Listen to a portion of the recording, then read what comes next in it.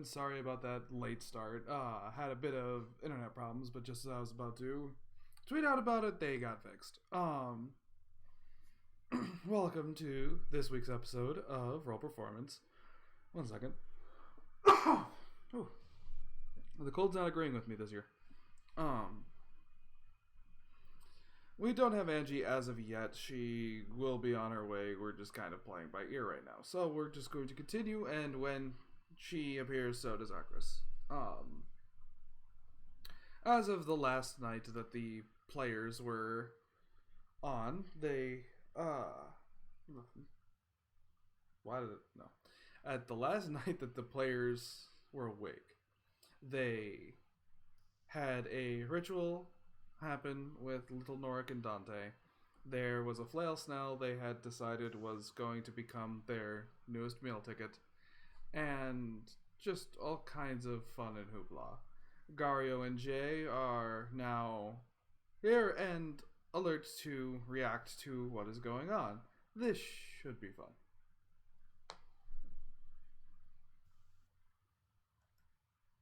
So it is morning. You all had a long rest. I'd imagine Norik is probably still checking over Dante just for any residual wounds, perhaps.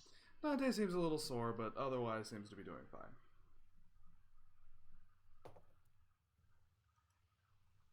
So,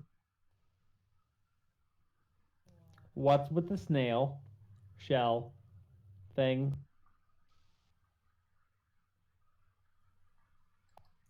Norik just has this disgusted look on his face and doesn't answer. Corin is rolling his eyes and looks over at Gario and says, well, Arcus seemed to want it pretty badly, and then it seemed like it retaliated against us, so yeah, it died.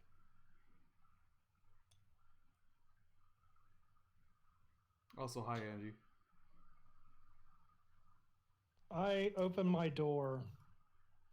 What do I see? What you see? The Volcanda is now smoldering, constantly. And there is a giant, well, not giant, but about a 4 to 5 foot tall shell,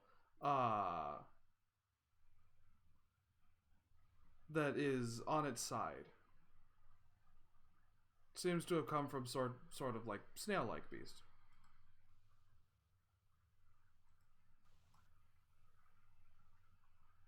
I look around at everybody and go, And then I go back in and shut my...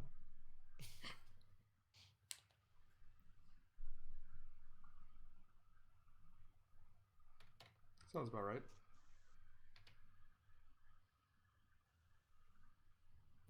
Cool. So, snail shell, dead snail. Did we at least keep some? It turned to dirt. Wait. You killed a snail, and the meat turned to dirt. Who pissed off an elemental? Well, I might have accidentally woke it up when I got my lance back. I don't really know. I just came crawling up out of the water, and one thing led to another, and then it was dead. Elemental. That was another one?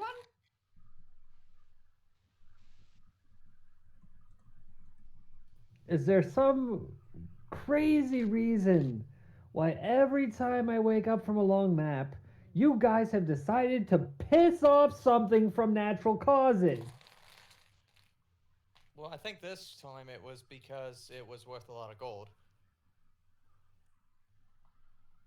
Oh, and that immediately makes it better. He actually grumbles. I'm sorry, have you never heard of hunting? I open the door again. Did someone say gold? Yes, our by fair lawyer friend, apparently this shell is worth something to these.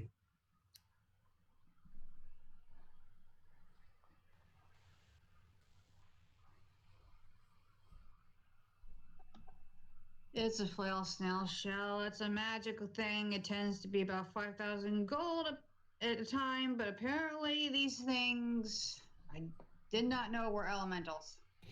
Okay, wait. This makes it even better. You got a flail snail.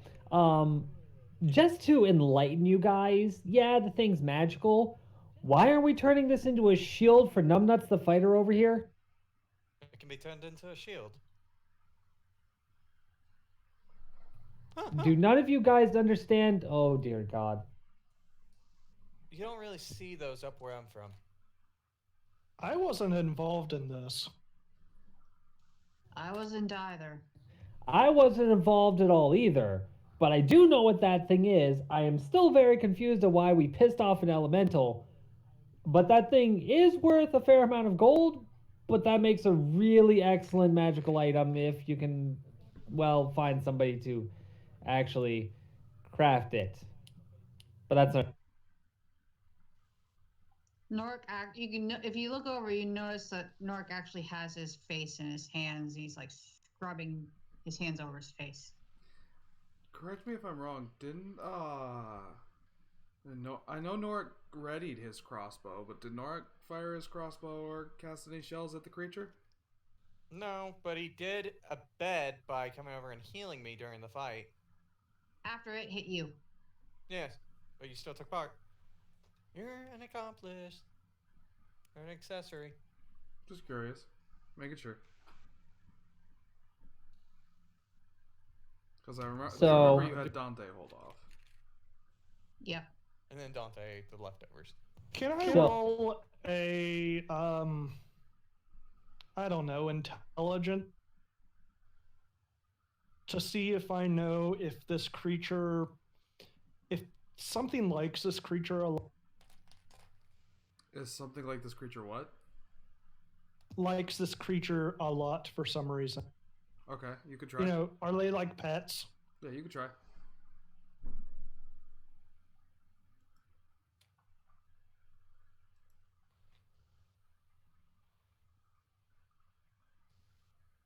$19. As far as you know, nobody keeps flail snails as pets.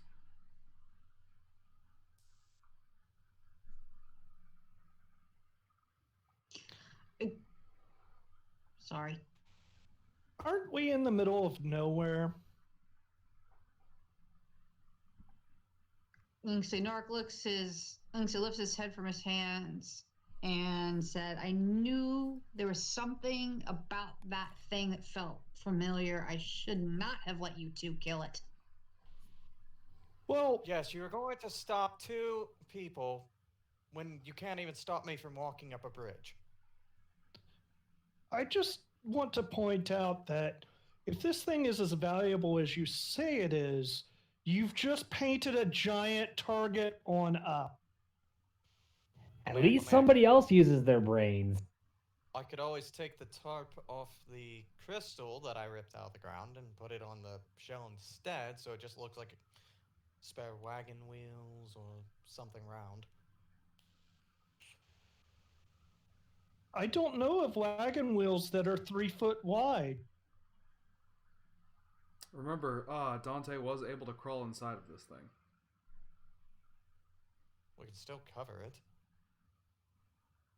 We're already going to be a target because we're out in the middle of nowhere, as you said.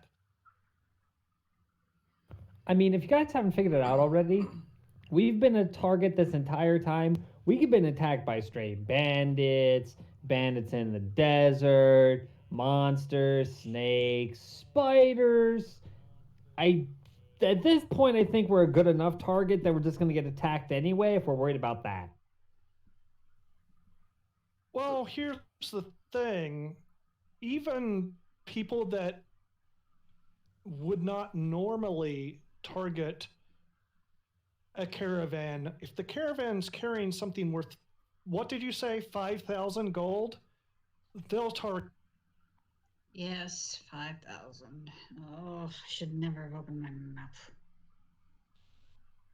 Norik, Reminds me of the one that- What? as you're thinking on this, you do remember that thing that Jay told you about your family.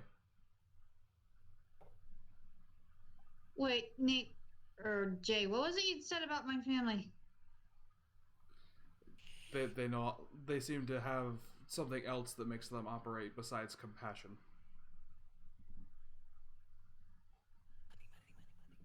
That they are very money centered, as of late.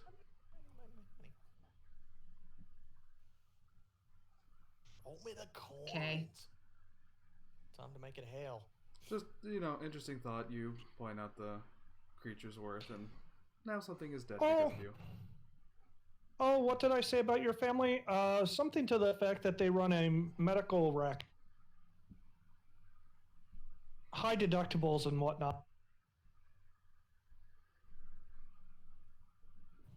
If you can't figure it out, young halfling, he's calling you a bunch of thieves. Oh no, my profession also charges a lot, so I don't judge her or her family for it. It just, they're not just motivated by, love of their. I don't Being tend motivated.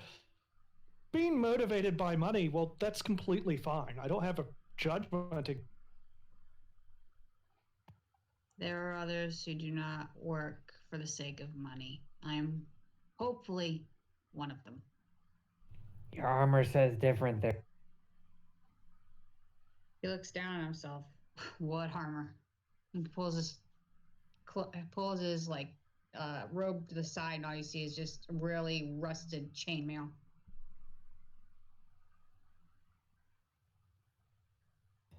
I mean, I could do that too, but even where we are, I'm pretty sure public indecency is not a good idea. Also, you really should take better care of your armor. If I knew where I could find some oil, I'd do it, but it's not hurt anything. Why are we talking about my armor? Can I roll an intelligence check to see if I can figure out how to... Do I even need to roll an intelligence check to know how to take care of armor? Everybody knows the very basics of taking care of armor. The cheap way is just slather it in fat. And grease, it stops the rusting. Why don't you just take some grease and put on it for the time being? I suppose I could if I didn't have to worry about leaving it off, making me easier to, I don't know, take crossbow bolts in the back, I mean, I'm no chemist, but I'm just saying, somebody in here uses lightning. That's clearly rust. How about you just shock it with lightning and change the rust to not rust? Who uses lightning here? Oh, Gario is thinking of the fact that Arcris's Eldritch Blasts have an electrical appearance to them. And plus, like Gario has before mentioned, he doesn't have a lot of practice with magic. Which is interesting given that he's now a level 3 Shadow Monk. It's not magic, it's skill. Mm-hmm. I'll handle it when I don't have to worry about wearing it next. It's not going to get any better or worse at this point. Are you sleeping in your armor? It at least keeps me warm. No! That's not how this works! That's not how this works at all! That's not how any of this works. I look around to everybody. Do all of you sleep in your armor? Corin. I don't sleep in it. Okay. So that's one for doesn't. Arcris does not sleep in his armor. Usually when he's cooking, it's just his clothes and an apron. I get it. I get why your armor is rusted. You don't take it off to bathe either, do you? I had thought it might be something more to do with sweating in it because I'm more near the fire and more towards something that gives off an insane amount of heat. I don't know. Seems reasonable, right? I just wouldn't sleep in the armor myself, but you do you. Or just stop being weak and don't wear armor. It makes everything easier. Maybe you're right.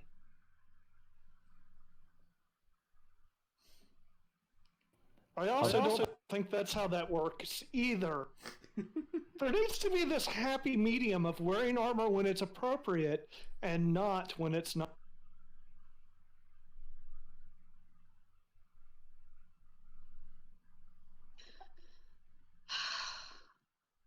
Gario, when you have a moment to spare I need to talk to you?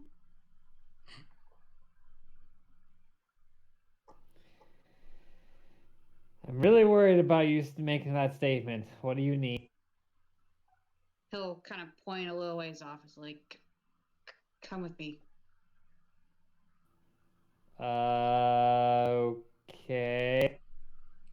And he'll give Dante kind of like a mental command to follow.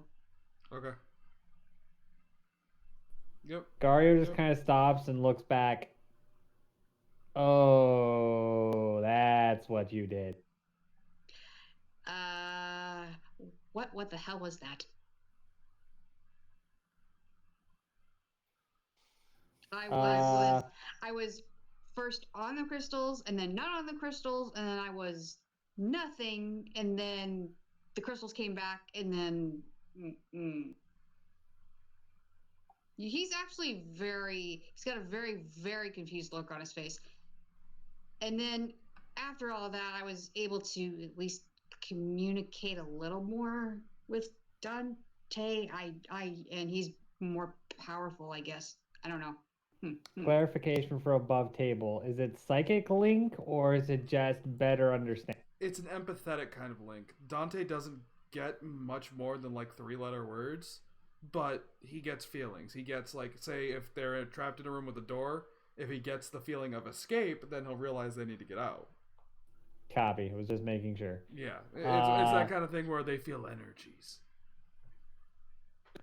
Okay. So, long story short, you bonded with a fire panda.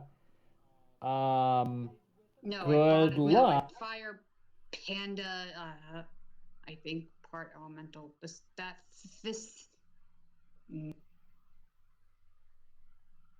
Yes, it is part elemental. Either way, you bonded with him. You might as well be married. Congratulations on your marriage, I guess. Once again, good luck with the fire panda. Good luck. And Gario just walks back. He'll give a hand. It's like, marriage? What? The easiest way of me explaining what's going on is you basically just married the fire panda without, the normal human means. He now understands you more than you speaking understands him, and good luck. Oh, and don't feel anything towards anybody that you don't want him to understand. That could go really bad. Nork's just kind of sitting there, more confused and perhaps just a little more flummoxed.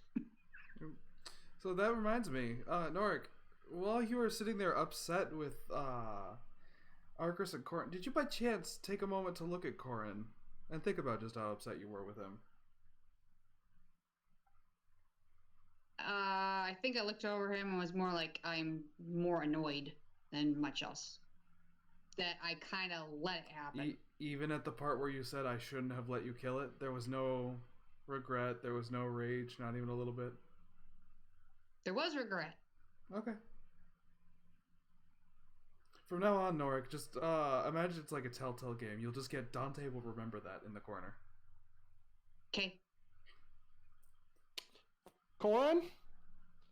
So, how are you going to strap this to your horse? Well, I've got some rope. Otherwise, I was going to see if you wouldn't mind carrying it in your wagon. Big up.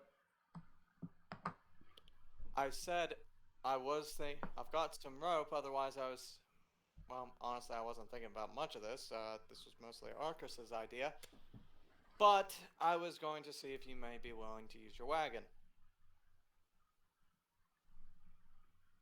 It's You 3 usually- foot wide and 5 foot tall. It won't fit in my cart, whatever you want to call my device.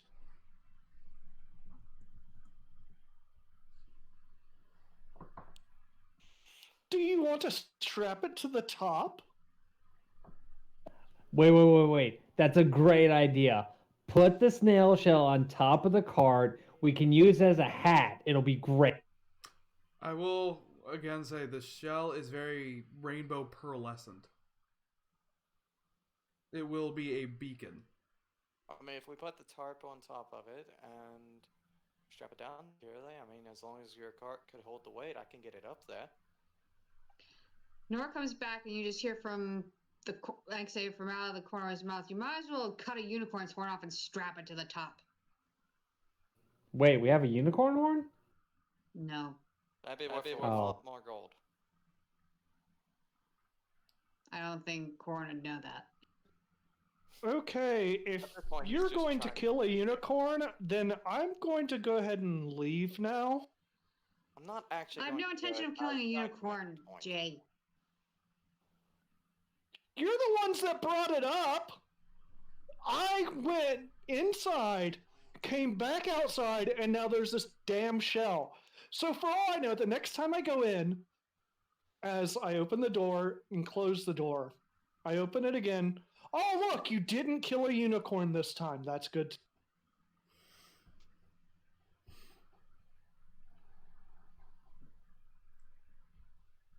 Nora just kind of saunters over to Dante, pats him on the shoulder, and says, "How about we just pack up and go? I've had it with this spot." Now, I'm going to use logic, fair be it for our fighter here, who's not so good at that. This is worth 5,000 gold, which is like 10 and a half of your carriages. And it might not fit in it, but I'm pretty sure we could augment it to fit it inside. And I'm pretty sure, though, it will take up a lot of space. You could even sleep inside of the shell. And it's still worth 5,000 gold. And since you're carrying it, how about we do the smart thing? We'll give you 50%, and then we'll split 50% among the party. That will give you the lion's share of it. I will say this is Arcris's kill, so any deals will kind of require Arcris. Oh. Because, unfortunately, the Merchants Alliance is going to see whoever killed it as getting first dibs to however it's... Well, not first dibs as to the reward, but basically their say is the say they'll go with. Was Arcris the one that And- landed the final blow? I do can't believe remember. Arcris was the one that chopped off the final thing, but sorry, go ahead. I really don't remember because it was one of the two of us because I was standing over it. Well, you were the only two people fighting it.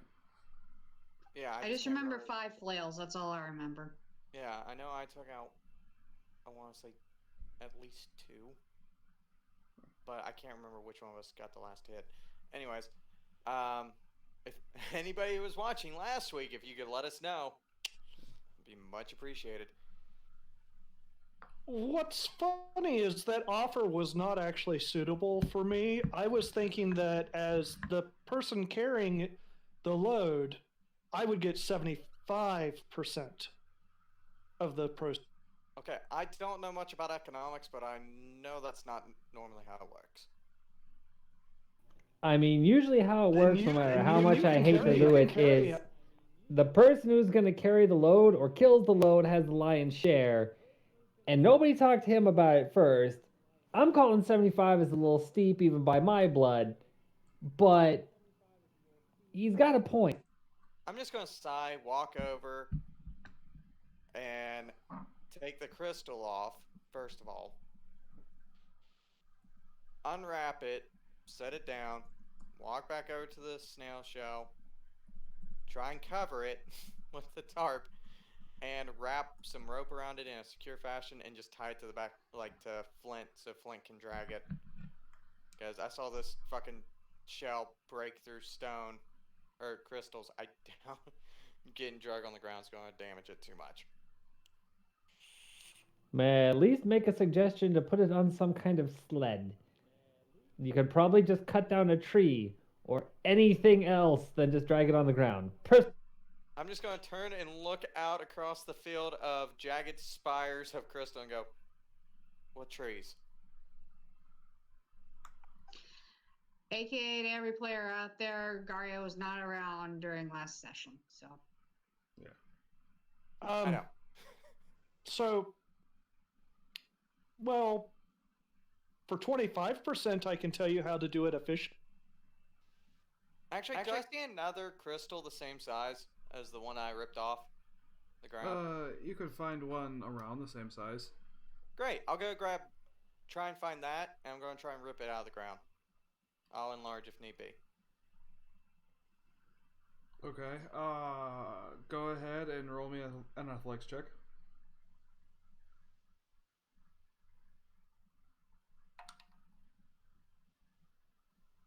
That is an 18. You hear it cracking as you're pressing against it. Okay, I'll try again.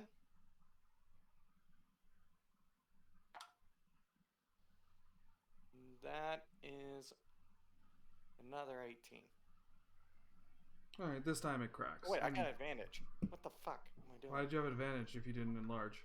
I said I am enlarging. You said you didn't enlarge if you needed to. Well, okay. Okay, the first 18 would have been enough then if you were enlarged. Okay. So, carried it over, set them down, a little bit apart, and then I'm going to maneuver the shell on top of it and strap them to it and use them as the runners on the sled. I want to, and this one's for free because I'm that nice of a guy.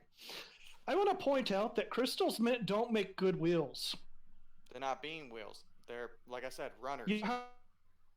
So they're the straight part that's supposed to slide. You know how you just cracked it to take it off? Yes. Now imagine that trying to resist the force of the shell. The reason sleds are made with metal and hardwood. They're also made out of wood. And this is harder than wood. Wood gives crystals, and I point to the crystal as the. And I'm just going to point out and ask, what else would you have me make it out of? 75%, and I'll take care of it for. Yeah, no, I'm good. I'll just wait until we're near a tree. You can deal with Arcris as, you know, he is the merchant. I am simply the mover at the moment. Given the way I'm the Teamster in the moment. Haven't you heard of Teamsters? Meanwhile, I am strapping this thing on top of the two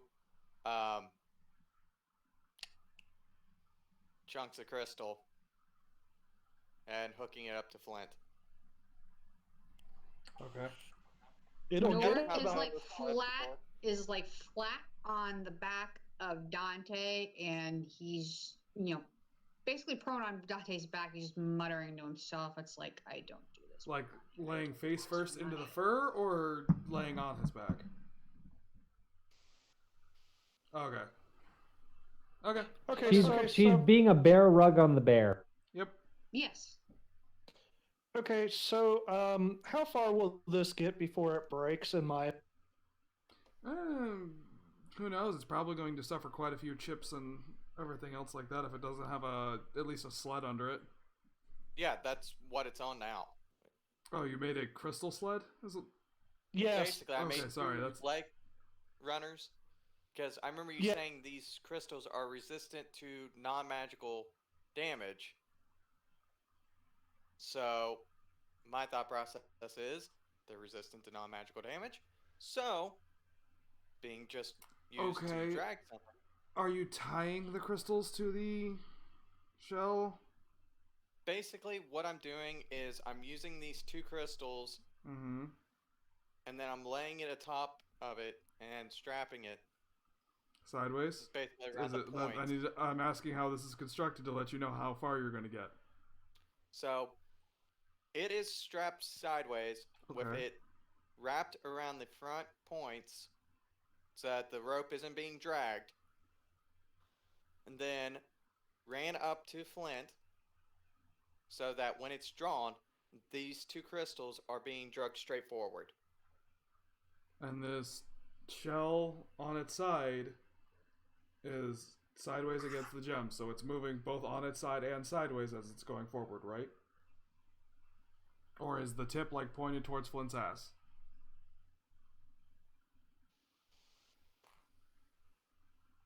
I'm just going to draw. Pictionary, go! D&D Pictionary. I need to find a pen or a pencil. One moment. Because my cat likes to steal any pens I have sitting on this table. Let's play Draw with Friends. Does the dirt look any different where it does? It's a different kind of dirt. And I some of will it's take a already mixed in sample. with the ground. I will take a sample. Okay.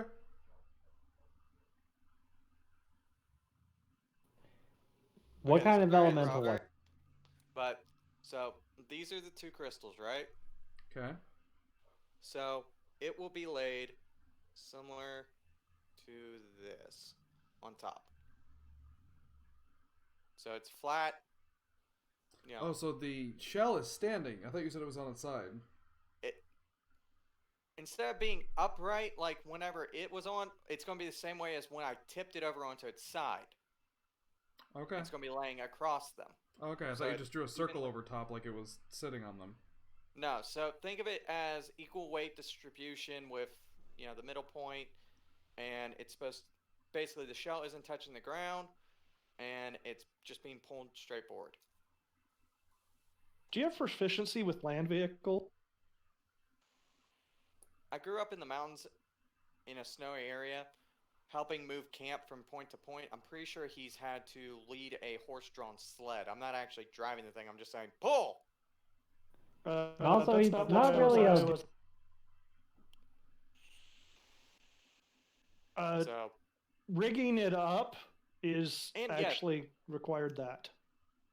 I'm also a soldier background, so yes, I have Mhm. land vehicles.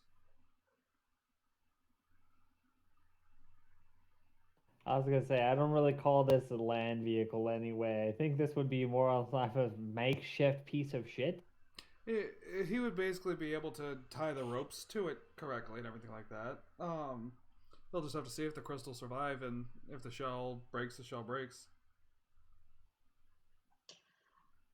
As you go to lay this shell down upon the crystals, you see Nork walk up. He's just got this like blank look on his face. He'll reach into his pouch and he pulls out, for all you know, it's just dirt, and goes around the whole sled in it and just lays a little trail of it all the way around the circle of the sled, and then goes right back to Dante. Doesn't say a word, just does it. Okay.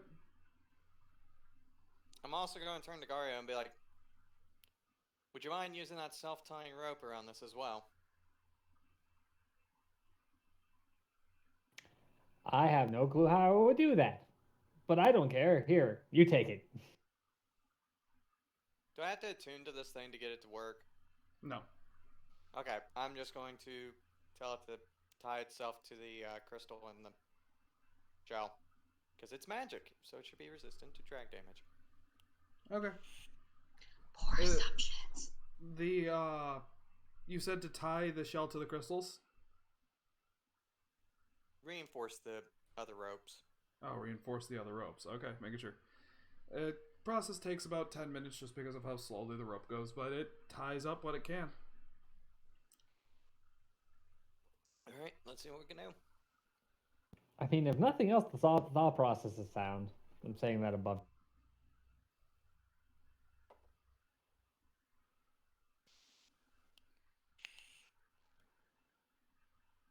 So He just doesn't want to make any deal for shares or anything like that without the other person who fought it there. so you're getting on Flint and telling him to move? No, I'm leading him. Okay. Flint is a riding horse, correct? Yes. Okay. I did not have the money for a war horse. Riding horses. Lucky, I had 0. Riding horses don't have the stamina of workhorses. So I'm seeing how long he's going to be able to go doing this. Well, how much did you say this shell weighed? 200 to 300 pounds? I think we said 250.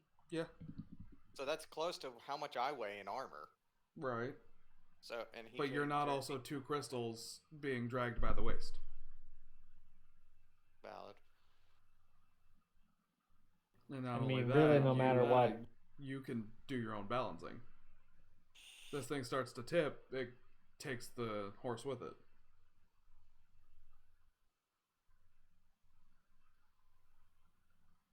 So you tell Flint to move, and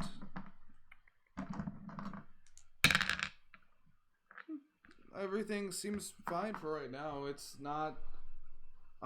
It's very jerky. It's very bumpy the way it goes over things. It doesn't sound good going crystal over crystal. Oh, and I covered it with the tarp. Mm-hmm. Just making sure that part was abundant. You covered it with the tarp. That doesn't hide the 2 seafoam green crystals it's being dragged on. Yeah, no, I know that part. Okay. All right. But he is moving. Just for above table sake, how fast is he moving if you had to put a speed on?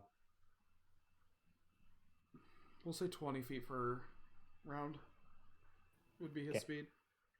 He's definitely not moving as fast. Or no, not 20. He's a horse. It'd be about 30 feet per round. So Arcus won't have any problem keeping up today. Or, any day until that crystal's turned in. Or not crystal, the shell.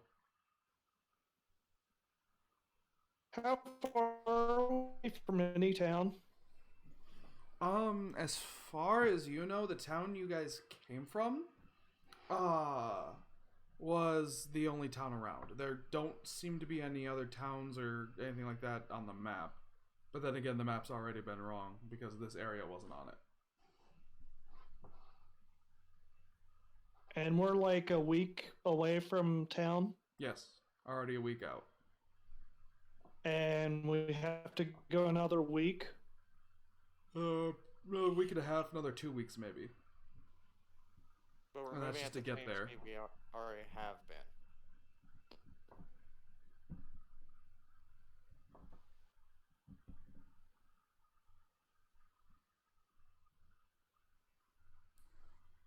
Gario's just might as well be sitting on the not actually, but might as well just be sitting on the cart, smiling and just batting his legs back and forth.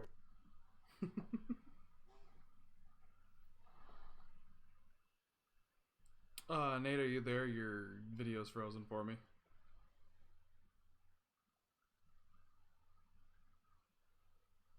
I think we ripped the Nate. Oh, I hear him.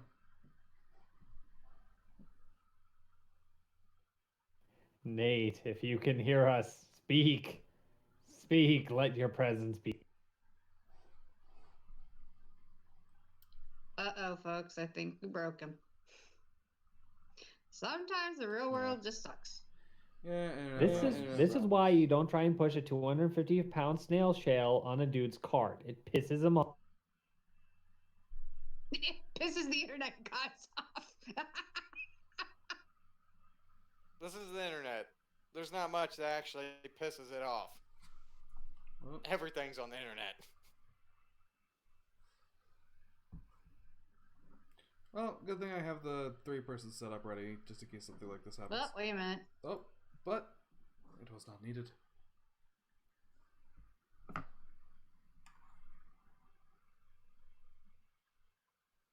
Can you hear us, Nate?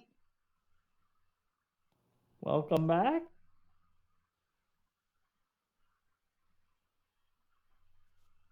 I can hear you now. Sorry. There we go. Okay. My internet's still acting up. Maybe just cancel the video part of it, so all you need to worry about is the audio, or not. Can I make I guess a decided. what would that be? A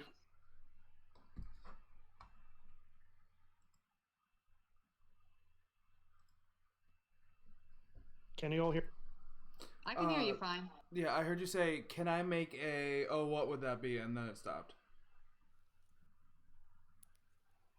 There we go. All right. Can y'all hear me? I can hear you. We were hearing you yeah, I'm just just waiting to fine. hear what Nate said after, or what kind of role Nate wants to make. There we go. Yeah. Entirety of my Discord just decided nope whenever I tried to reconnect to try and get video for Nate. Yeah, that happens. It wasn't just you, Brad. There we go. Nate, can you hear us and can you respond? I can hear you, but I don't know if you can hear me. We can hear you okay. What was it you wanted to roll? A land vehicles. Yeah, you can roll a check on that. What would that be anyway? Land vehicles would probably be somewhere in the intelligence wisdom department. I'll go with 13. Okay. So what are you trying to do? Just see if that's gonna work, or? Yeah, about how long it'll work until it breaks. It theoretically could last just because of the strength of the crystals. The only problem is, if he hits anything with the points of those crystals, it's gonna all flop over, possibly on top of, Flint.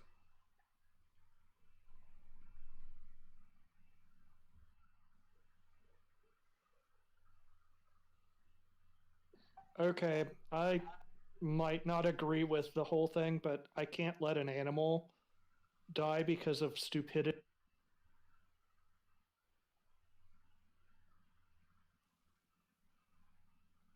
I don't know about You know, stupidity.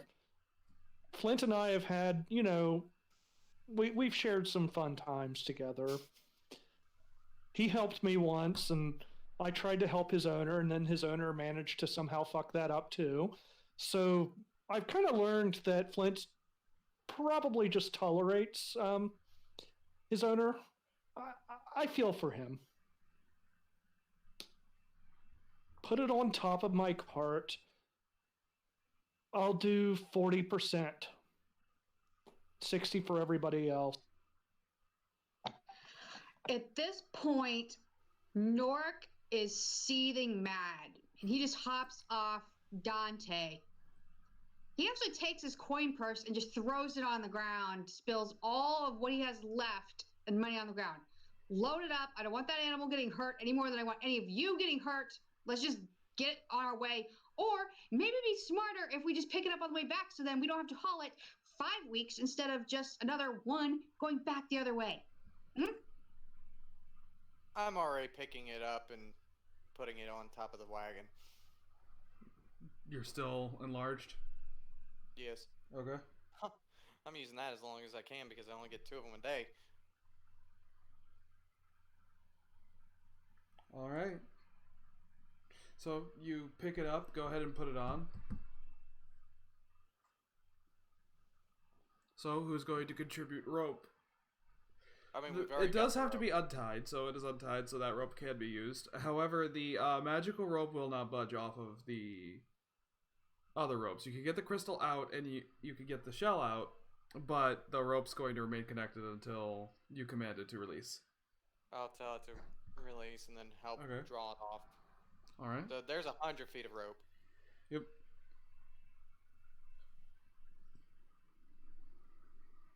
So strap it all up. All right. Go ahead. Either intelligence or wisdom, give me a land vehicle check. Because you're actually now using a vehicle, so you actually have a chance for this to work well. Dirty 20. Okay.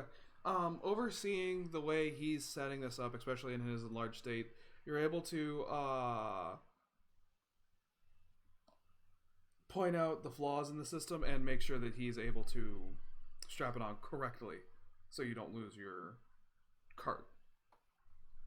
It doesn't look good, especially still covered in the tarp. It looks like a large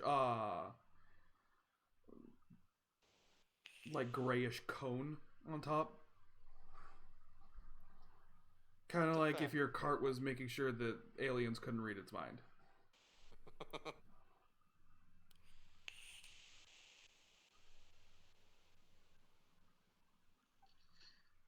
As this is all happening, Nork actually picks his coin back up and say goes over and shoves it in Jay's hand. You're like, you think I'm joking?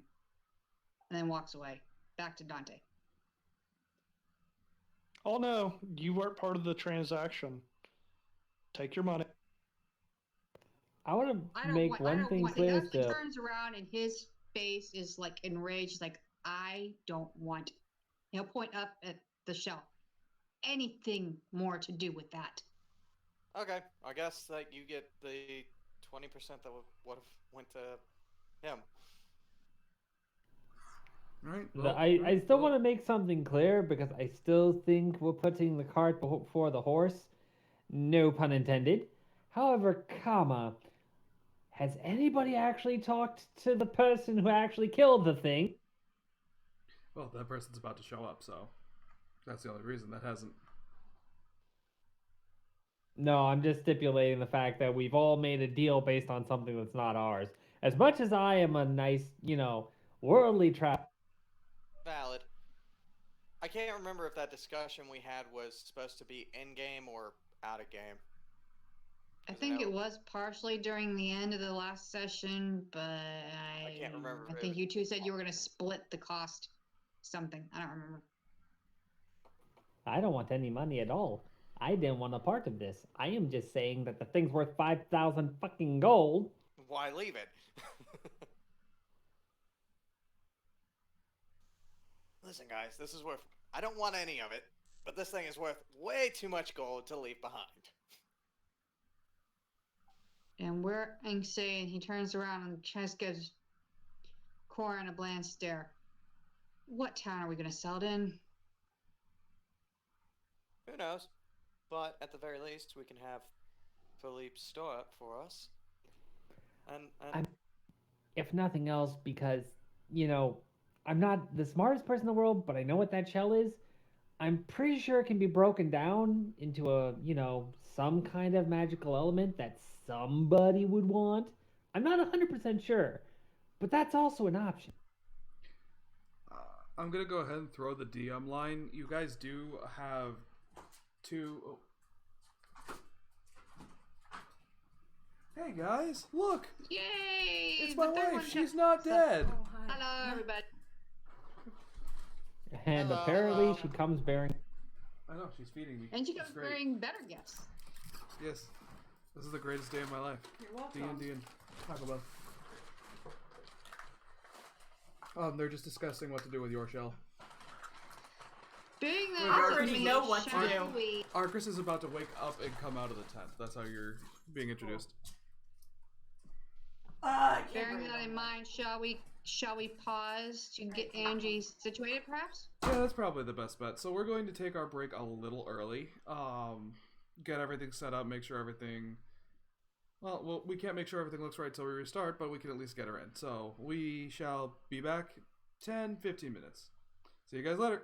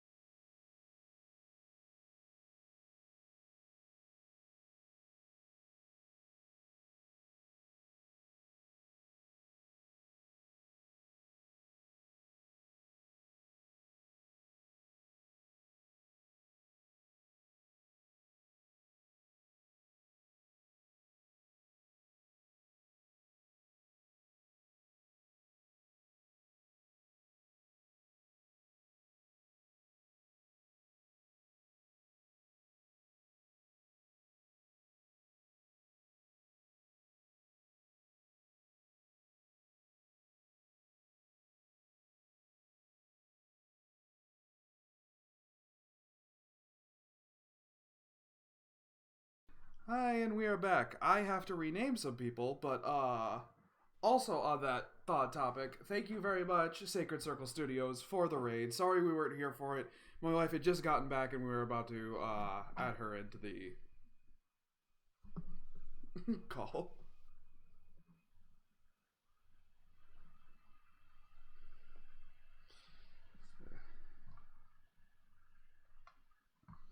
Alright. So go ahead, keep getting Edgy up to speed with everybody while I fix the names. Not necessary. I just checked. You just checked. Oh, oops. I was gonna say, did you not notice the two Brads, the... No, I didn't. I apologize. I'm popular. Yeah. So... The two Brads, the fact that Nate turned into a woman. Yeah, D&D's weird, but we haven't Corin's quite... a woman. This is new. Yeah. What a wonderful time for you to come in. Only us. Yeah, Corin I'm Corin and his I'm just- big pecs. Did you say text or pecs? PECS. That's what I was wondering. Thank Yeah, no, you didn't break it. It's just, of course, nothing was I set broke up or it. going correct.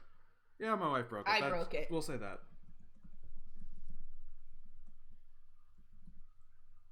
Welcome to Twitch, where everything's made up and the time doesn't matter. Amen to that, brother. And yet, it's a game we all want to play. Yep, this is true, all true. Okay, so we are at point in story where Arcus walks out of tent probably because he's been hearing arguing going on. Yes, at this point, Arcus would realize that he overslept. Are you guys really that angry that I didn't cook? I can cook something really quick. As I'm like carrying my armor behind me. Why do I picture this as like a... He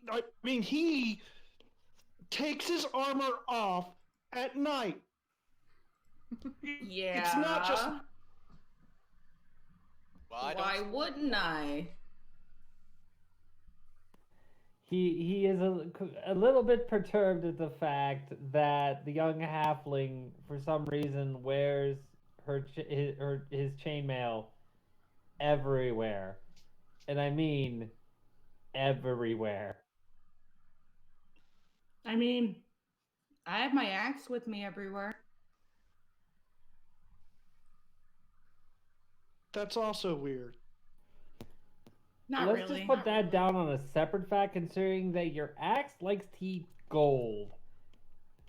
Do you really want to start talking about what my axe likes to do, or should we talk about what some of our other friends likes to do? I'm just stating a fact based on the fact that we're talking about I'm assuming that's magical. I still don't understand what's going on, but that is definitely some kind of magic versus some Let me kind of stop you just right there. You want to talk about magic? What about the secret little magic thing you got still hidden on you right now that you want to talk about? It's not, it's What different the from what you hell? originally had because you didn't like magic and this doesn't come from you. You just kind of gotten it when we were recently in the desert, but I decided not to say anything. So let's talk about that, Gario. I have no magic. I don't know what you're talking about. Really? I don't have any magic. Can I also have detect magic on? You absolutely can't have detect magic on. You may do your insights, Gario, roll your deception. Remember, it did give you magical powers. You can press to digitate. I actually forgot about that. That's Meanwhile, Corin is sitting there like watching a tennis match, just back and forth, back and forth, back and forth. Oh yeah, no, I didn't expect this to become an episode for airing out laundry, but boy, am I glad it is. wait, what do I need to roll? What do I glad need to this is roll Major exactly? Night. Man, you wake me up for this shit. What is it? Deception I need to roll? Yes, you roll Yes, deception. yes. They roll insight. 17. Okay, 17 deception versus what is it? The insight rolled. 18. He's bullshitting. Okay. Arcus, I will what about say you real quick?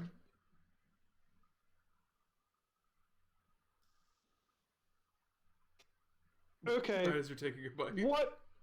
What are you all? Why is everyone here hiding something? Apparently, her axe eats gold. Hey, I never hid what I was.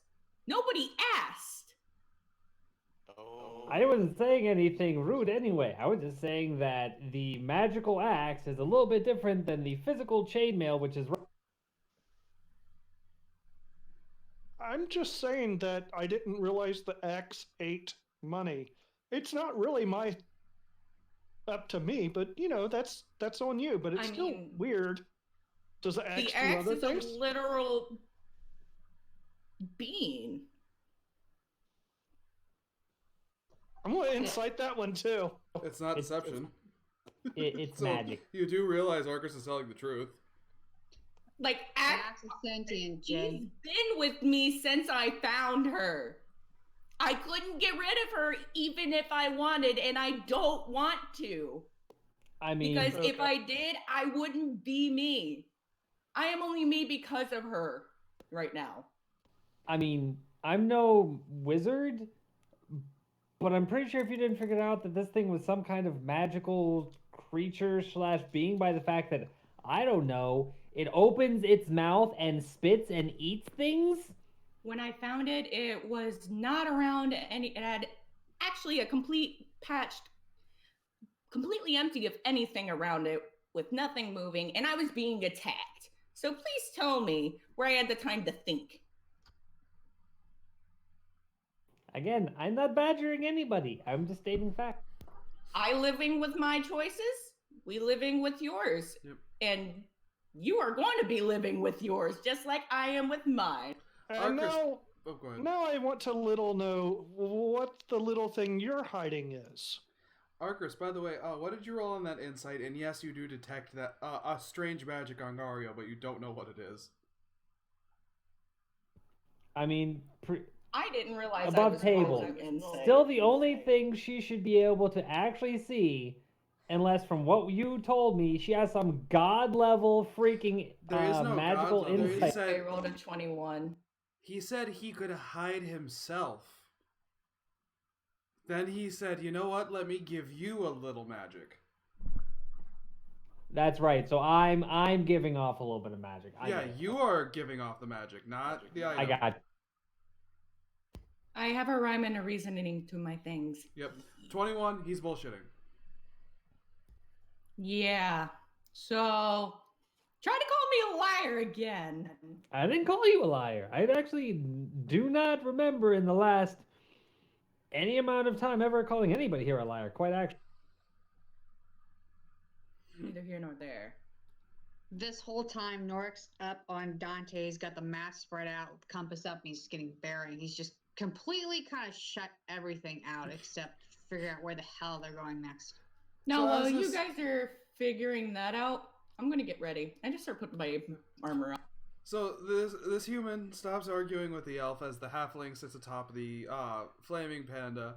I imagine Jay is doing as Nate is doing right now and facepalming, and Brad and Corin have just come back to us after being on a phone call, and look, there's Freya.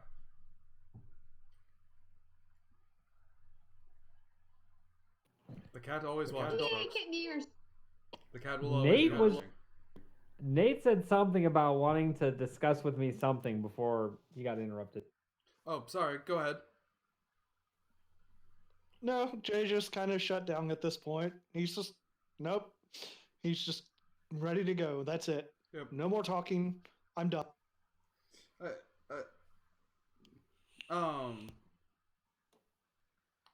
Okay. So, with Arcus having Arcus's blow up and then getting his armor on and everything like that, getting the bedding put away. Arcus, have you even been caught up yet as to what's happening with this flail snail shell that you are? Okay, it is. So Jake, It is carry missing. that? Where the fuck is it? Norik will just point to the top of Jay's cart. You see, wrapped up in tarp is a cone-shaped object that is tied to the top of the cart. Shh. We put a hat on the cart. Nobody will know. Yes. See, I knew it'd work. You two were worried. He wants 40%.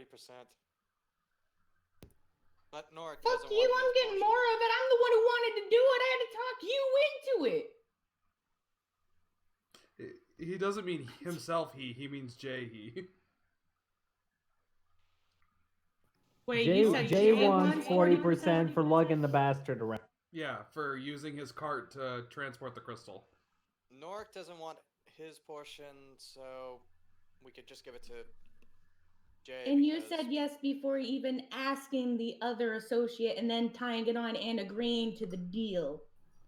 I So was the yes, person. I have to go along with it anyway. I never said I anything. I did say you'll have to finalize everything with Arcus. If it's tied to the card, it is finalized, is it not, Jay?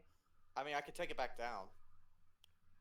Sure, you can take it down for the 40% of the full value of the property. You have It now hasn't been entered into a transported yet. contract with a Teamster. But it hasn't been transported yet, so the contract hasn't. It's been loaded. It's been loaded. As, So, someone, yes, as someone who moves I- things for a living, once it's loaded, yes, they are correct. Well, at the same time, Norik didn't want their portion, so. You're getting a deal cut, Corin. And I walk off.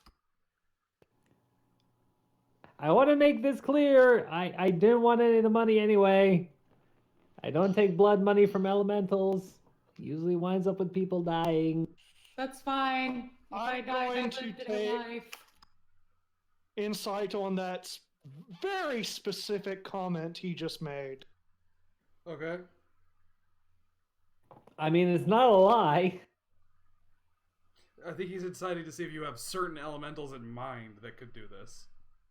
Oh, that could kill us? That might come after a flail snail being murdered. Or specifically, you are associated with a specific elemental you're thinking of. Oh, By the way, it's only a 14. I have, as a DM, I can think of about 150. but as a player Gario, yourself- That was utterly specific. So my so I now feel that your character is in contact with an elemental of some sort, and that's where your magic's coming. Oh, if only Jay knew. I could say that about the entire party, about everybody. Yeah, that's true. It's good being the DM. So, You tell us a story and just watch chaos ensue. The only thing I will tried, say Josh, is that tried, your Josh. insight is automatically going to pass because I'm not lying. But and I'm not going to Gario isn't clarifying, but I'm going to clarify the reason he understands this concept is because remember he was a librarian technically, so he knows about usually really being a bad idea to kill elementals. so Arcus, you are now in a deal that no matter what happens, Jay is getting 40% of the sale. You can take the other 40% and give me 20. Norik moves off in the way Arcus is moving, and is he moving in the direction we need to go to be heading next? Nobody has actually started moving like the entire party wise. They're just moving around where you guys encamped. But yes, you are still pointed in the right direction. You can say he'll point forward and look at us like, this way's next. Are we ready to go or not?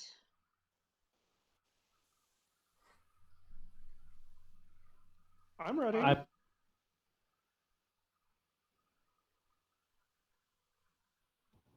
So, considering everybody is packed up, I'm gonna guess. Flint seems a little annoyed having been attached to a crystal and then detached. Not to mention being handled by his owner when his owner is twice his normal height, which, by the way, you have shrunk down, Corin. That's fine. That time has passed. Okay. So, should I make any rolls, Hazen? You can make survival rolls if you'd like to, or anybody else can make perception rolls. As you leave this crystalline lotus flower that is apparently a gateway of bonding. Or no. Did I say, is that what I said? Gateway of bonding? Yes. Yeah, gated bonding. To continue on your adventure. I have a 16 for my perception. Okay. I'm too busy. Okay. Is it a both or one or the other? One or the other. The survival would mostly just be Norik because Norik has the map on top of Dante. Yeah, okay, I'll roll Really just perception then. thought- Okay. Nat 20, bitches. Nice. 26 altogether. All right. Gotta love the halfling luck. That's all I'm gonna say. 21. Okay. 9. 9! Arcris thinks that he feels like an itch on his side, but it quickly goes away. And feels fine otherwise. Norik, Gario, and Corin, however, it's weird. It looks like... Well, you've all stared at the road and seen a mirage come off of the heat. It's like that, but moving over Arcris. Gario, especially, you see Arcris's clothes shifting in something's grip, as it is now on a human's back. I'm going to, without even missing a beat, I'm just going to completely normally, so I'm going to have to probably roll deception or something, walk up and try and get within range of whatever this thing is. Okay. Go ahead, make a deception roll. 12. Make a strength save.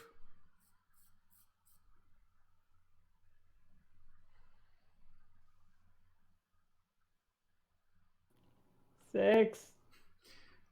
As you start to get closer to this thing, suddenly a gust of wind knocks you onto your ass. It doesn't hurt you in any way, but it does knock you prone coming from Arcris. Arcris, you feel a gust of wind, and then suddenly Gario falls over behind you. What are you doing? What the hell?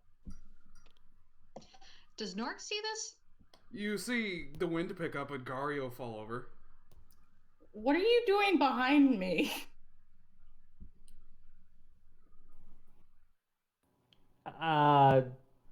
Not even fourth wall. Jumping to my friend.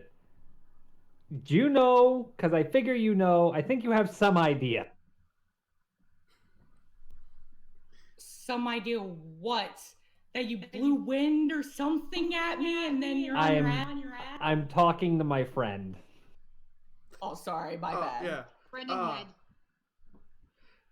He goes, yeah, I know what that is, and you do too. Shit. It ain't nothing bad. These things just like to piss people off. Oh, wait, you're a person. Oh, I hate you so much sometimes. Good. Let the hate flow through you. Above the table. Thanks, Darth Sidious. Anyway. No, I'm fine. I just slowly get up and I'm worrying. You can see the worry on my face pretty clear. I'm just gonna back up a little bit. Good to know. Okay. This has nothing to do with something that may or may not be on Norwick right now at this very moment. Arc Party. It might be on Arcris right now at this very moment. Maybe. I'm just saying. What? Arcris, there's a mirage on your clothes? That's insane. A mirage can't be on something. It's And I like guess I'll just start waves. reaching and You checking reach myself. back like this, and you feel something furry and hear a... Oh. I just. Oh, karma. Do we hear Oh, the no. as well? It's very quiet. So perception to see. Well, perception to hear. Well, actually, you'll be able to see it. Yeah, Arcris, as you do turn your head like that, like still keeping your hand over there, you turn and you see this little furry figure. It's just got a tiny little furry face. It looks somewhat rodent-like. It's got a thin flap of fur going from its front leg to its back leg, which is over your shoulder right now, and bright white fluff. It looks like a mix between a sugar glider and a chinchilla. Can I walk over there and try and pick this thing off of Arcris? Because I know Arcris doesn't like animals. Oh, hello. It just tilts its head to you.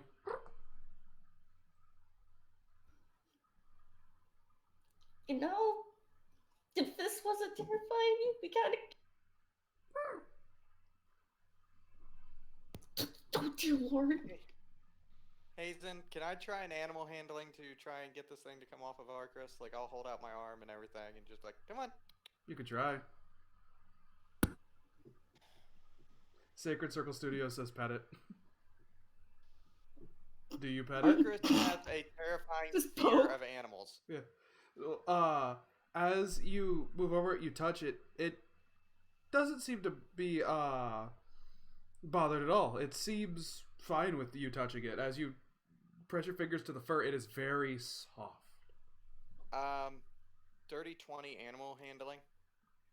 It looks to you, and it just kind of tilts its head.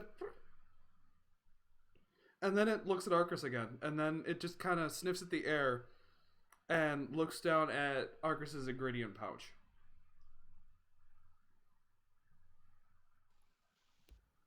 It's not open, is it? It's not. But I can still smell food. I reach down, open it, and just pull something out. Okay, you pull out just a small apple, we'll say, and it grabs it with the front paws, very gently pulling it onto it. It rests the apple on your shoulder while holding onto your back with its legs, kind of doing a bit of a claw as it starts chewing in your ear. May I try something? You can. At the moment, this creature seems completely content snacking on Arcris's shoulder. I want to try to speak Arca? primordial at it. Okay. Didn't know you could speak primordial. I can. Wait, you can This speak is primordial and you've new. never tried talking to Dante? Or using that language toward Dante? Not yet. Okay, go ahead. The fuck? Go look at this thing, and then I'm gonna try primordial. It's like, hi. It looks up at you, like, still. And I'll point at myself. Do you understand me?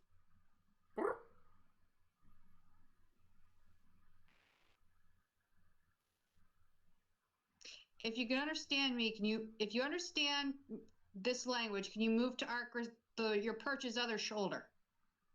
You see it, like, grab the apple, kind of, like, grab it in its mouth, and you hear the apple clang against the back of the breastplate as it kind of crawls over. Arcris, all you see is Norik just sitting there looking to this thing, kind of just, like, trying to talk with it, but it's just horrible, like, when the earth was made sounds coming out of his mouth. And The fuck you trying to curse at me for, little thing? His mouth actually falls open if you happen to turn around, and he's pointing at this thing. Arcris, that's Yeah, you talking some real shit to me. What do you want? I wasn't talking to you. I was talking to it. It understands primordial, which is only really spoken by a few things. Just now cursed at me. That flail snail probably would have understood me if I talked to it. Let me just make this clear, and this is actually Gario speaking. And above table, I'm like 40 feet back at this Yeah. point. Gario, you know what this is. It's just like with the volcano. You all should get away from it. Quickly. I urge my cart along. They're usually Arcris, non-violent, Gario. Are you okay? Arcris, that's an elemental, I think, of some kind. Much like the one that we have a shell of now, and one that I'm sitting on. Since when was Dante? Since last night, I guess, maybe even more than that. I don't know. It's a long story, but that's another one. And you look over to it and just Okay. still eating away at its apple. I mean, it doesn't get bigger than that, right? Like say Norfolk looked back at Garios. Do you know anything about what this thing is other than it's an elemental? I'm guessing since it gusted you back, it might be an air elemental?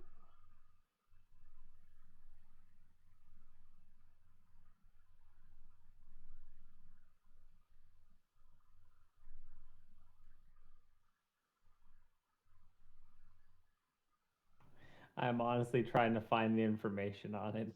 Oh, I need to make it. It hasn't been actually made yet. Okay, so is this thing closer to literally Literally, what you cut off? Momo? Kinda. It's this one over Maravitar! Just think a really fluffy sugar glider. Okay. I did not think that's what that was. Yeah, it's a really fluffy white sugar glider. Copy.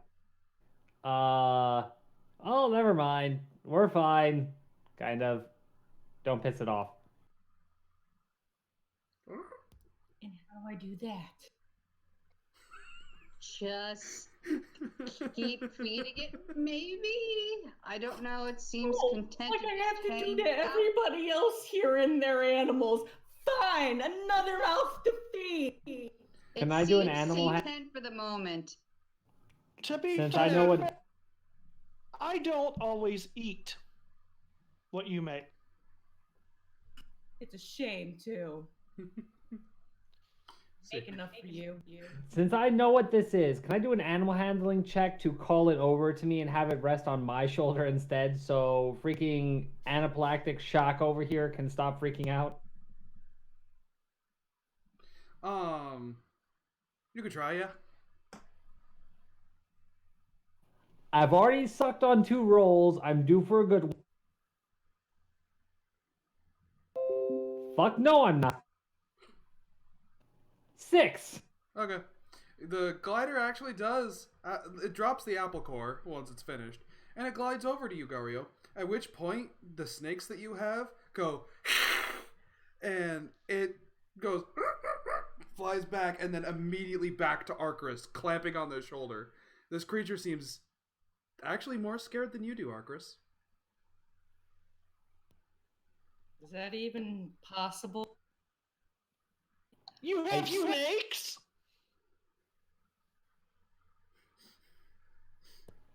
You didn't know? Okay.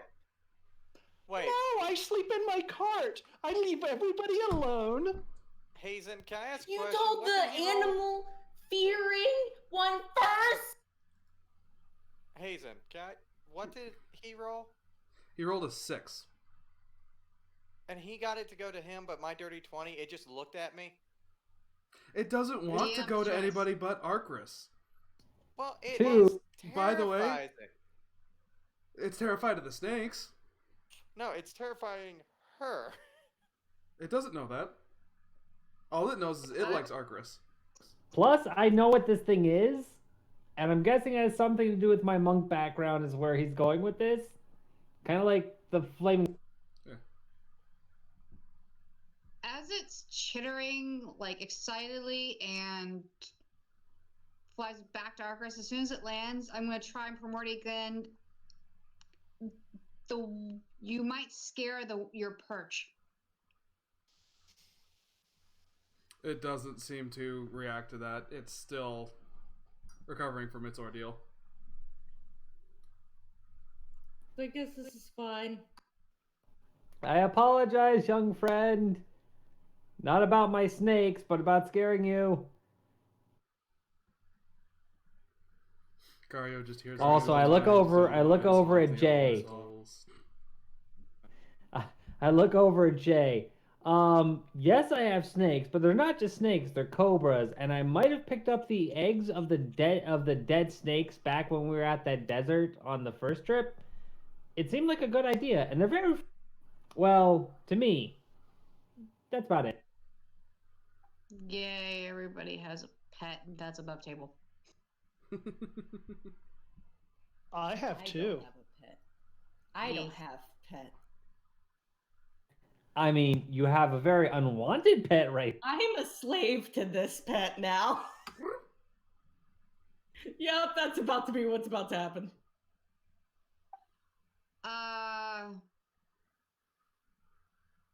I will pull out an apple or something from my pouch. I don't know. I'm supposed maybe we carry something like that in field rations, or is that unlikely, Hazen? An apple would probably be in rations. Maybe dried. I'll pull whatever I've got out for that, and I'll toss it over to Arcus. It's like no sense in upsetting it if you don't. Like I say, just give it a little bit more to eat. Yes, let's please not piss off the elemental. It's calm and it seems to enjoy your company right now, so no need to be too concerned. I give it the apple again, and I'm like, I still have some of my ingredients. I know. And he'll just start he'll just start moving everybody in the same direction they were going. The fluffy little white creature, this time it sits on Arcris's shoulder. Its little paws hooking underneath a ledge on the armor. It holding the apple with it, which is funny because with its arms it almost looks like a blanket encompassing the apple at points. Just chewing away happily on his shoulder. Arcris feels a very, very, very soft sensation on the back of his neck as the creature drapes its tail over the back of his neck and a little bit around the front.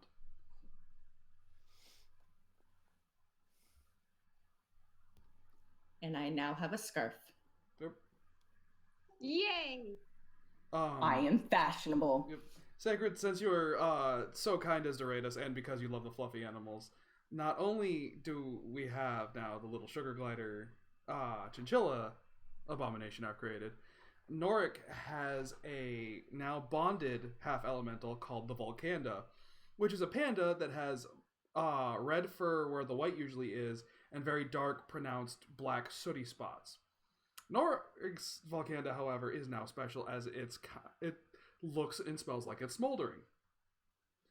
And they Red have hair. discovered Dante is addicted to Arcris's cooking, and unless doing something with Norik, is a very lazy bear.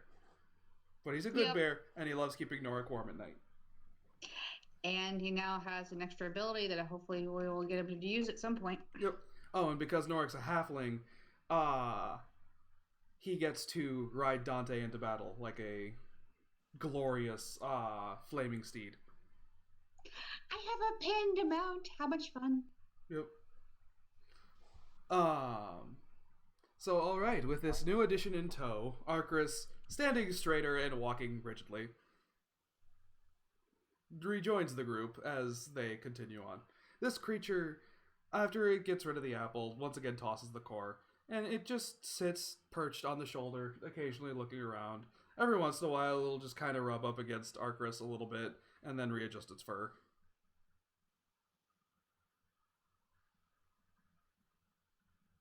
Congratulations, Chef. You found a new friend.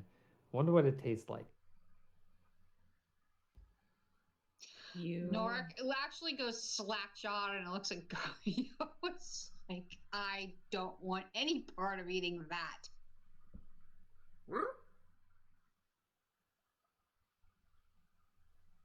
Oh, nothing, young friend. Just a joke, just a joke.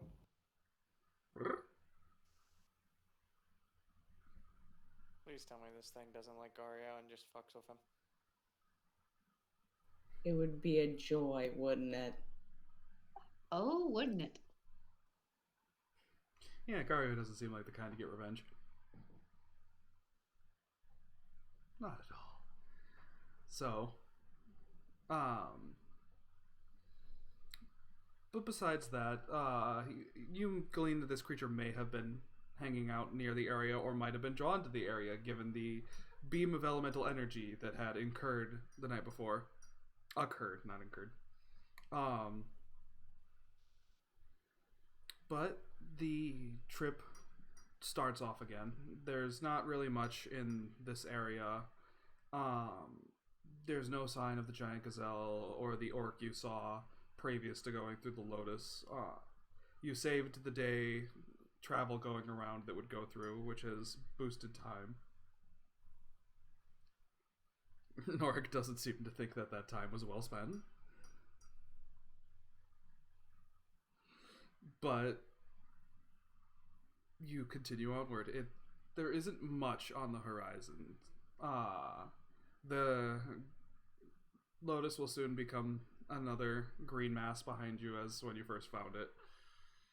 And I actually want to make sure Norik made note of that on the map, like as things that may not be on the map maybe show up, like bigger landmarks. He's gonna make note of them on it. Alrighty, you absolutely can do that. Because are you proficient with cartography? Am not, but Okay, so it doesn't look great, but you put a circle that said green crystal thingy. And as a scholar, you'll probably go and put more notes later, but that should be enough to jog your brain. Yep, I'd say that'd be enough. But other than that, the journey continues. Anybody want to give more perception rolls? Arcris, do you want to try bonding with your new friend? Your BFF, your best fur friend? Sure. Or you could try making it go away. Nobody says you have to keep this animal. I don't know This animal what like to you. do. I guess, I'll just... Which shoulder is it on? Right now, your left shoulder. Could you possibly move to the other shoulder, please? It looks at you and just... It doesn't seem to understand. Puts hand up towards it. It climbs on your hand. A bit, precautiously. Moves it and put right here. And it climbs up on the other shoulder and just turns around. And just kind of looks at you. Now we're good. This side's better. And Arcris does seem to relax a little bit. Norik kind of gives a weary smile if he sees this.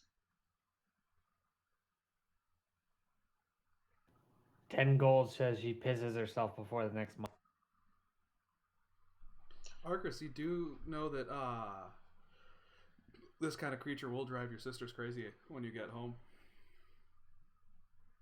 Oh, no. You know this is exactly the kind of thing they would like because it's fluffy and it's weird. Leans over to Gario. 5 silver pieces. Says he asks me to teach him primordial by the end of the.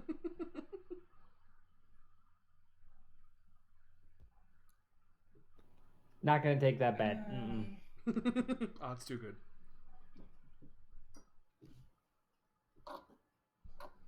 Man, and I wanted to finish making the stuff for the little girls, but I think they're gonna eat you up first.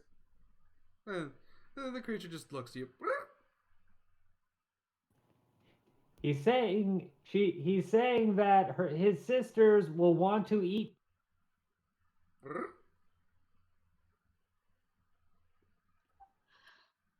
Say Norik will respond to him in primordial. She say your new friend, whom upon your perched, thinks their family may like you a lot. We You don't know actually this are is primordial. thinking... No. I most likely just thought onto what Gario said, and I'm looking to Gario. My Oh. sisters are gonna actually eat the thing. Do you think I eat any animal? First off, I'm deathly afraid to even go hunt my own animal. And when I do, I'm far away. Second off, this thing has no meat. That's probably going to bring any nutrition. It's all fur. It's all fur and fuzz. And apparently cuteness. and apparently seems very happy with your compliment. Yeah, I. You have a Joey. very nice friend. He does not like me. So you go ahead and you keep your fuzzy.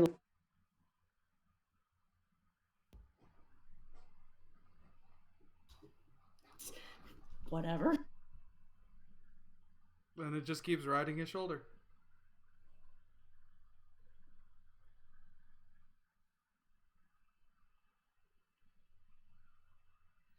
And this is my life. Arcus, every once in a while, though, you notice. Actually, I'll have you roll for that. Go ahead, give me either perception or insight, your choice. Or, well, actually, perception or animal handling. I was gonna say insight was so much better though. Yeah, Because you can't have thing nice either things. way for the other one. I'm a DM. You can't have nice things. Can we please get- let me have nice things? You get- Oh, but you just gave him nice things. You get- Soft and fluffy you get- and furry and sweet. Yep. I gotta take things out of my dice tray. You get trauma. 3? You don't know why. Just every once in a while, while still sitting on your shoulder, the little Gale glider just disappears, and then it reappears. The weight doesn't disappear. The grip doesn't disappear. Anybody else who's watching Oh, can that's make a roll interesting. and see if they can figure out what's Sure. going on. Do I already understand it no matter what at Yes. this point? You know what is going on with this creature. You know what it can do. You also know why you've been put on your ass. Now that you figured out what it was, because they can manipulate winds enough to knock people away. I did a 15. Okay. I guess that'd be perception. Sure, 50 perception will work. What you notice and what Garyo already knew is, in direct sunlight, these creatures,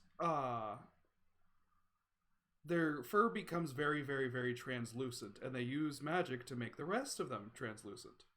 So whenever direct sunlight hits the creature, and it notices or decides to, it can turn invisible. But as soon as Question the for cloud passes clarification, overhead, it just comes right back into reality. Question for clarification, Shake. Does that mean when it's moving? So let's say if I'm staring at the back of his head and it crosses from the left to right shoulder, does his head just disappear momentarily as it crosses it? It happens with the reappearing. The disappearing he chooses, and it happens all at once. Okay, so it's more of a phase shift. Kind of. Yes. Well, coming back is more of a phase shift. Going away is just invisible. Copy. Just making However, you notice it could be semi-visible when a cloud passes over, when it's invisible. However, if it's fully visible and half in the sun, it doesn't seem to be able to turn invisible. It needs to be fully in the sun to turn.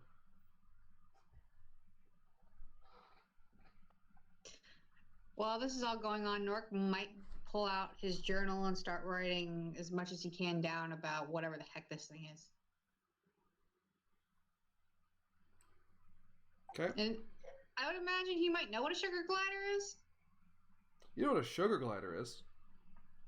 At minimum, he's gonna put down looks a lot like a little bit bigger of a sugar glider. Yep. very, very fluffy sugar glass. Mm-hmm.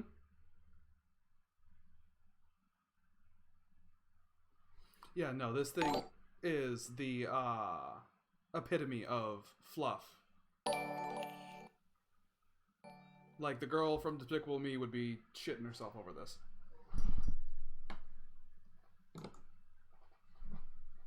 It's so fuzzy. Yep. So we continue on as normal. Yes.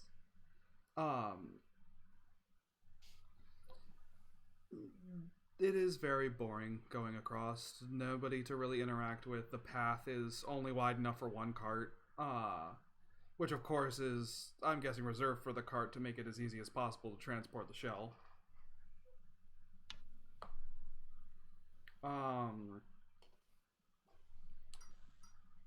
But besides that, it is slow going, and featureless. Is there anything anyone would like to do before nightfall?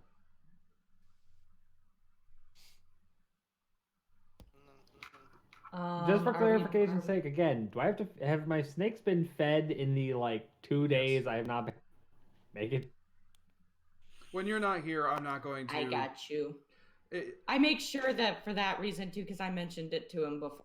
yeah, if you're not here, I'm not going to be that cruel as to be like, oh, you didn't message me. You wanted your stuff fed during the session. Because who knows what you're going through to the point where you can't come to D&D? Like, there's no reason I should punish you in case you got in a car wreck or anything else forbid happens. Or got bronchitis? Right, exactly. I'm not going to punish you for being sick and not being like, you should be thinking about the session. Everybody knock on wood before Hazen jinx us all to a horrible fate. Oh, gee, the DM bringing curses. That's never happened. Yeah, and I would have never experienced that coming from you. Anyhow. I have not set any traps you have not seen. Any trap that has gotten you a curse is one that you saw and decided both feet needed to land in. But, The bow. That's all I gotta say. The bow. the bow was gotten rid of. Now, Also- so returning to this story, Yes. So, Also, go ahead. So something that was my fault. never mind. You're good, Nate. Go ahead. ooh, Oh, yeah, Ryan got bulk pocky. Yeah, I forgot what I was doing, so no. Sorry. So night begins to fall as you get a day of traveling under your belt. The Lotus is starting to become a green blob again. The starry sky above you is not interrupted by any green obelisks staring at it, and it is quiet. There's just gentle breeze instead of the roar of water. A bit of return to normal as it comes time to set up camp. are we still like surrounded by some of the crystals though? No, Hazen? you are away from the crystals at this point. Okay.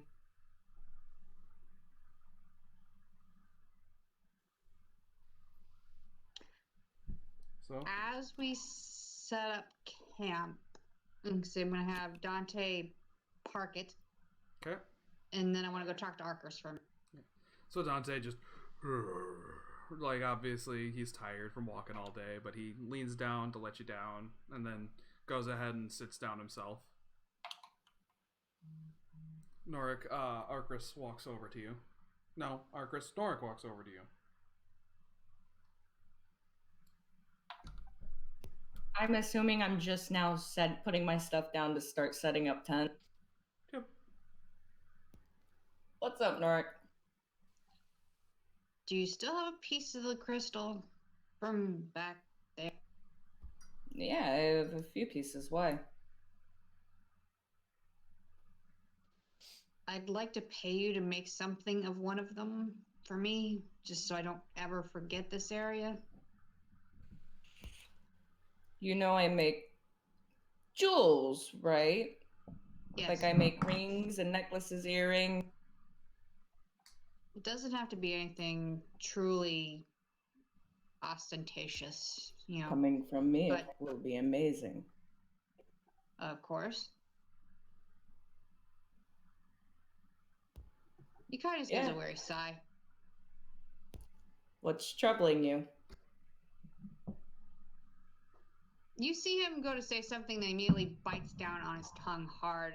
Not he doesn't draw blood, but you can see he's physically trying to not say something.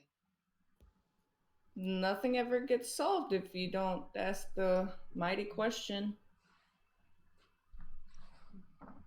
Things that occurred back there are things that I now realize I probably shouldn't be having emotional reactions to, for one reason or another.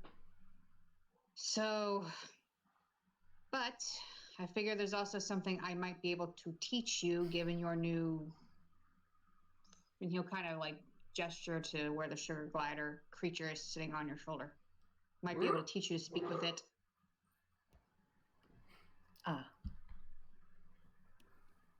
By the way, it's not on the shoulder as Arcus has been setting up his tent. It realized he's been moving around a lot, like thrashing wise, so it jumped onto the topmost pole of the tent it could get to, and it's just been resting up there. Just watching over Arcus. And it also occurs to me, and he'll tap his finger against his lip. Do you not want it in the tent with you?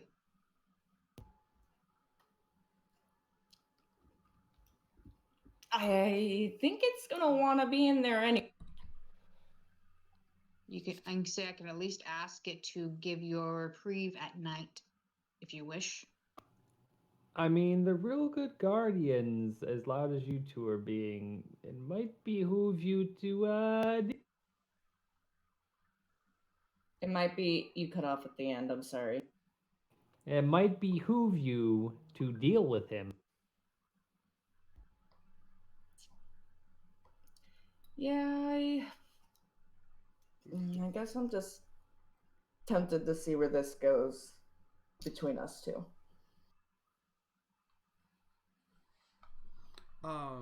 Dante, or Gario, as you talk to them and then go over to Dante to poke him, and as you said, ask how he likes his marriage. The bear, just as you poke, just looks up to you. "Urgh."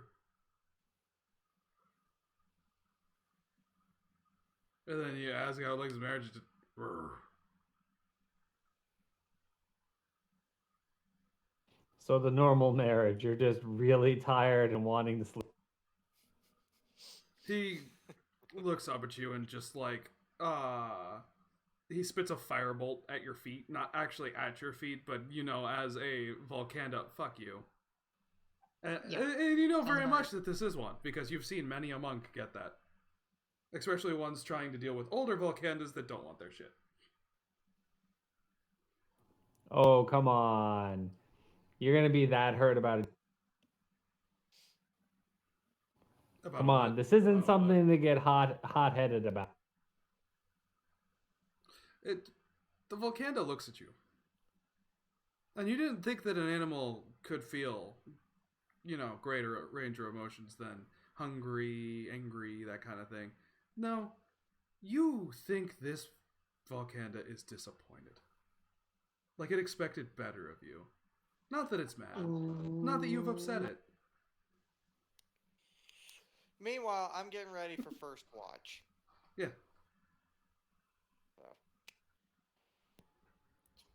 Well, is there anything else, Narek, I can help you with so I can get dinner started? No, I suppose not, but as I said, if you wish me to teach you a little primordial, I'm happy to do so. And in the meantime, I will keep an eye on Dante so he keeps his nose out of the pot until it is his serving. Speaking and then of, he'll turn back around. Arcus, do you set the ingredient bag down at all as you're getting ready?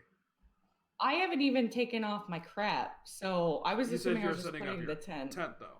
That's why I was curious. I'm trying to think of how like my gear is set up, because I would assume I would have like a pack. Then I would assume it would be on my hips still. I feel like I keep that more closely tied on to cooking me. materials, though. I feel like I would keep that. I don't know. You could say Is it there's a all bag of my holding. cooking materials? I don't have a bag of holding. That's the sad thing. It would probably be in the pack on your back. Okay, yeah, I probably set it down then. Okay. As you set it down, you just hear a into it. Into the bag? Yep. And you see a little, as you turn around, you see a long, fluffy tail sticking out of the end of the bag. Warned you. I look in the bag. It doesn't seem to notice you as it's rummaging around in the bag. I pull on the tail slightly. You just hear a in surprise, and it turns around and looks up at you through the hole of the bag and just tilts its head. I don't let the panda in there either, so you might want to get out. Don't She make said me if you don't you get out, she's gonna throw you in the stock pile. It just like it holds up like a small strawberry. It just and like brings it to its mouth. You can have the strawberry, but you gotta get out. And it takes it in its mouth and takes flight up onto your shoulder again. And see, you turn to scold this thing, but as it's starting to eat the strawberry, it turns to you. It gives you the same cute little growl, but its mouth is caked in red. So now it looks like this thing just took a bite out of someone or something. It's just, and it's like sticking to itself, like it's matted. We're gonna kill Angie with cute if it kills her. Oh, look at you. Aren't you a little murderer? And I start. I finish the tent. I'll go in and I'll take my armor off, put on my traveling clothes, my glove on my left hand, roll up my right sleeve, and I'll get my cooking gear and put my apron on. Okay. As you put on the apron and things and it has to move, it gives you very upset. Just, but the cousin of the murdering rabbits. No. It's very upset that it has to be moved, but it does move, and it stays on your right shoulder.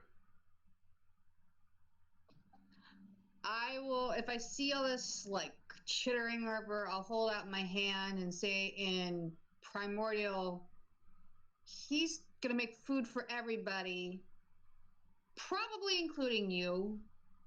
You may sit with me if you like until he's done making it. The creature looks over to you, and then just kind of stares at Arcus again. However, you hear from behind you, boof, boof, boof, boof, boof, boof, boof, wow, boof, as Dante comes over, hearing the primordial, and just lays on top of you.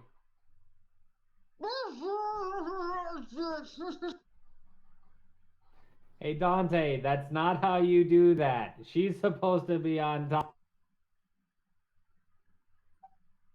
Okay, with that, I Yeah. need to break some water. With the panda looking over at you, all you get from it is just a look over the shoulder, and then you hear, and the smell of Volcanda farts just waft through, punishing you for your insolence, and everybody else who can breathe.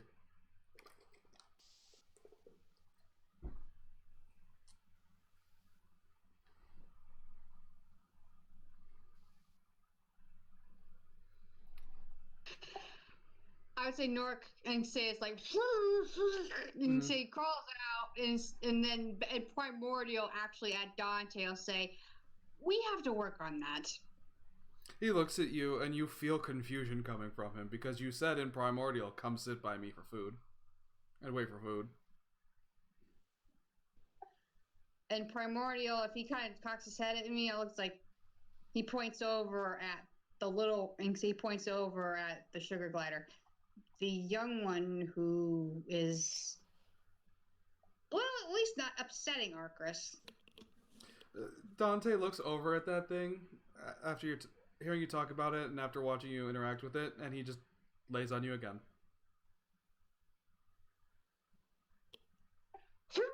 Just literally, he just grabs you with his paws and lays down.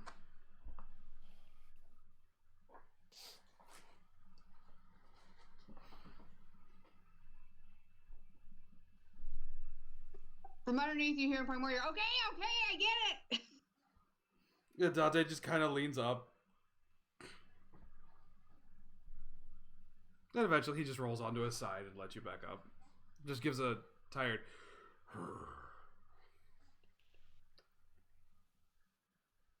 Nork just has this kind of like disbelieving grin on his face, shakes his head, and just plops on his butt right in front of Dante. So, Arcus, what are you making? What culinary dish are you making for your friends and your new one? And my new one. Oh. Yeah. 17, and I was thinking more of a kind of like a night breakfast. Yes. Your So breakfast for dinner. fruit. Yeah. So your fruits, you know, like an egg or here or there.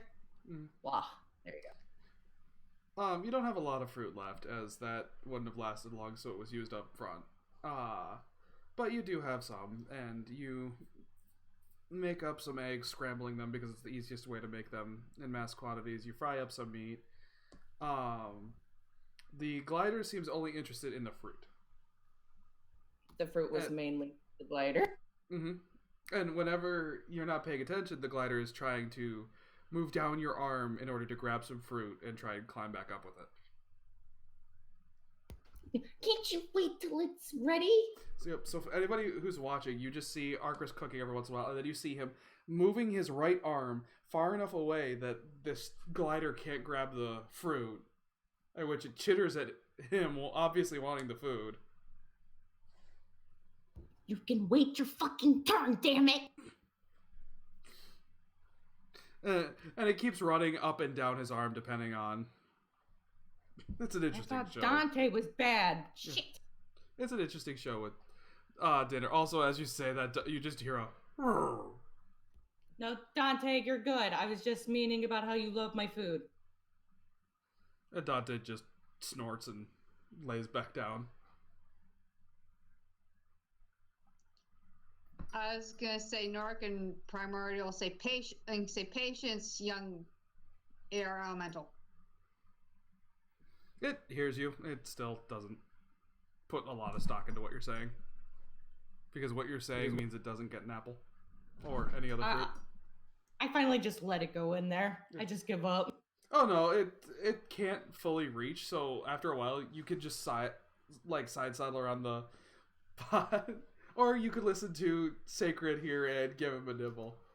Oh, no. I assume that I get tired of fighting with him every so often, so I'm just like, fine. And he jumps down, he grabs a slice of fruit and runs right back up, proud as can be.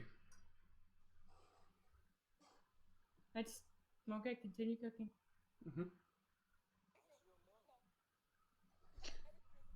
As he sees him picking at this fruit, and say, Nork will kind of look down at what he has, and then back up with the sugar glider, air elemental, and to ask Arcris, I wonder how far it can glide.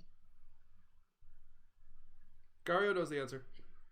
Did you just ask if a fart can glide? How far it can glide. Okay, I'm sorry. I had to ask. How I far was it can just like, glide. there's no way. And with that note, I had to know, okay? Nancy, how did you I not... know, it's fine, but I'm officially cry laughing now. Thank you, I needed that.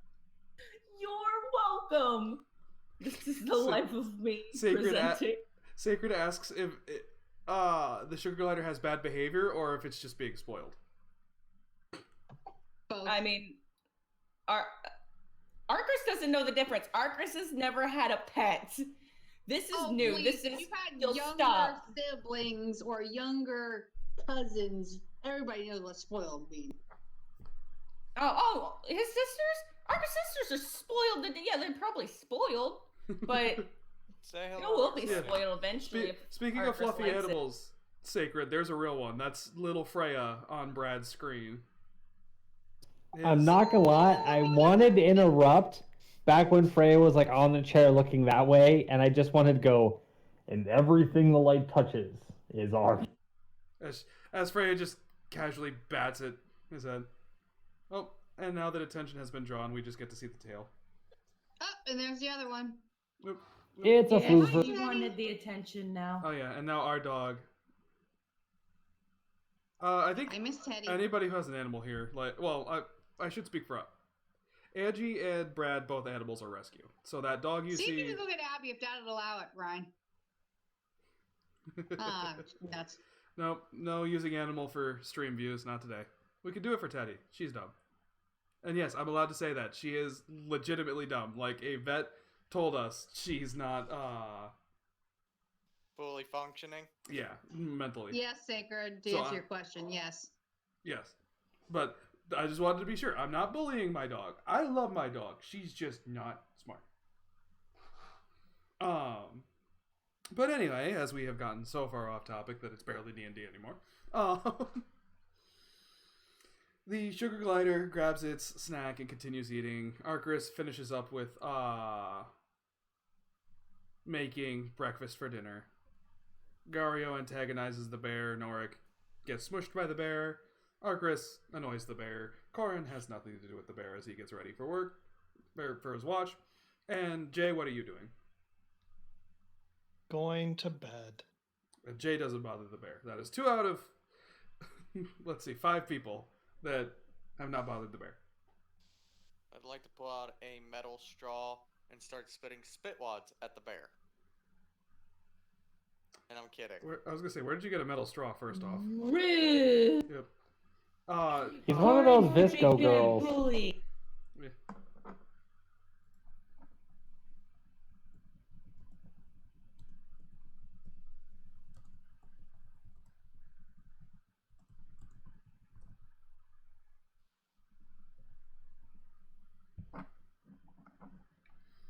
Well, I can't spell, but that's fine. So, Arcturus dishes out the meal to everyone. Of course, giving Dante his large portion. The glider very much content just to eat the fruit still. But it only wants to eat it on your shoulder.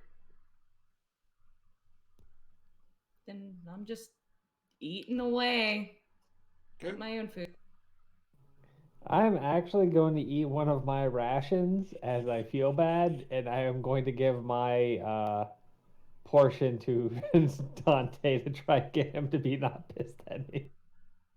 As soon as you put the food in front of Dante, he looks up to you, looks at the food, and you just kind of get this feeling of, yeah, we're cool, as he digs back in.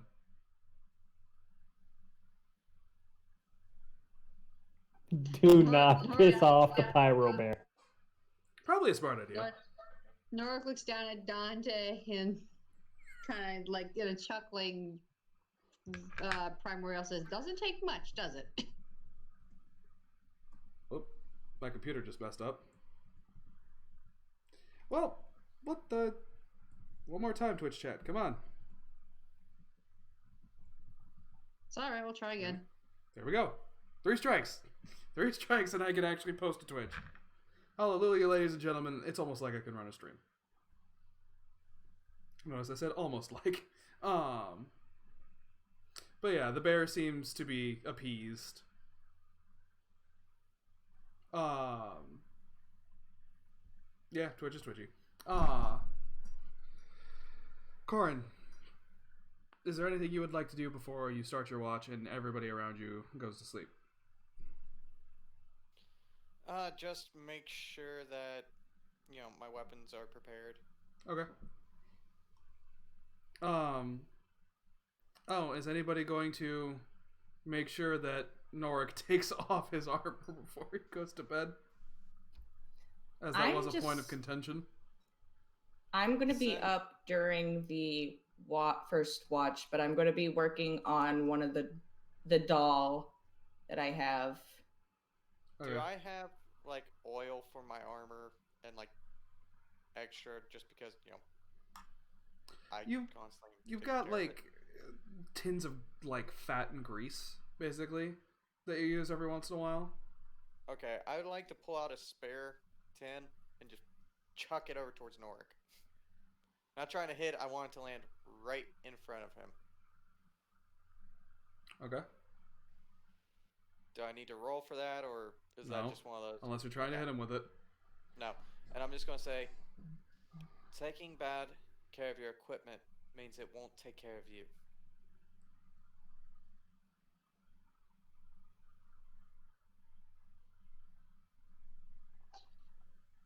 Norik's gonna look down at the tin of grease, look up at Corin, give a half sigh, and then try shrugging his robe off to get at least the I'm chainmail sorry. I'll be right back, guys. Okay. So you're gonna take the chainmail shirt off? Yeah. Okay. After a lot of removing over items and then taking the chainmail off with clinking, banging, everything else like that, eventually the shirt is off and it's just the robes. Norik actually looks like a proper priest and not an armored one.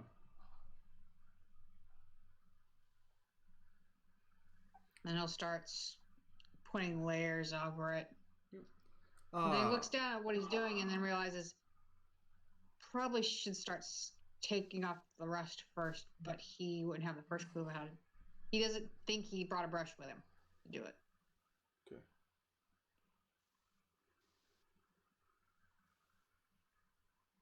Can I throw a brush over?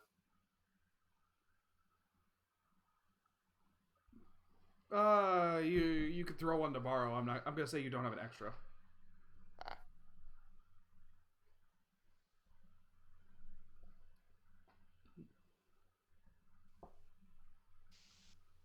Yep, that's all I'm doing.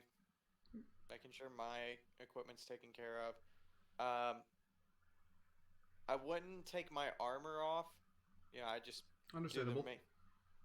Just quick check. Honestly, no one here has probably seen him without his armor except for the time that like he opened it enough that you could see the brand. I mean, same for Norik. In fact, Norik, this is probably the lightest you've felt in weeks. Yep, it's almost like he could walk faster if he wanted. And you take a look at that chain shirt that you were given, and yeah, a lot of the shine is gone. The metal's become very dingy, and there is rusting in some spots. The biggest problem with the rust is it's causing the rings to bind. Press the button. Thought I was. But I would think he'd also kind of have in the back of his mind, it's like, this is just what metal does. If it's not taken care of. A scholar knows what causes rust and what doesn't.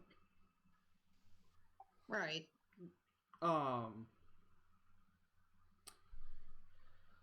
So, Corin, go ahead, give me a perception check.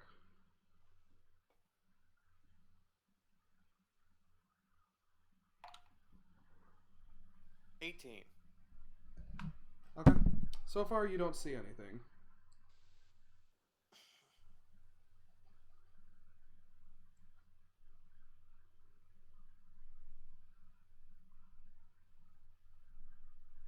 Oh, and Hazen, I sent you a message, but it's not super pressing. It's something we can go over at any time. Maybe. That's just one of the things you figure out backstory-wise. Okay.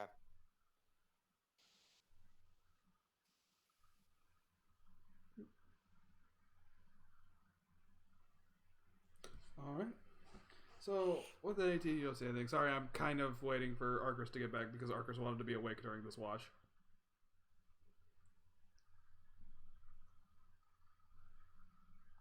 Actually, come to think of it, after realizing that he doesn't have the proper brush to do anything, Narc could probably put at least the chainmail shirt back on and then keep the tin of grease with him, and with the idea, maybe he'll just handle it in the morning.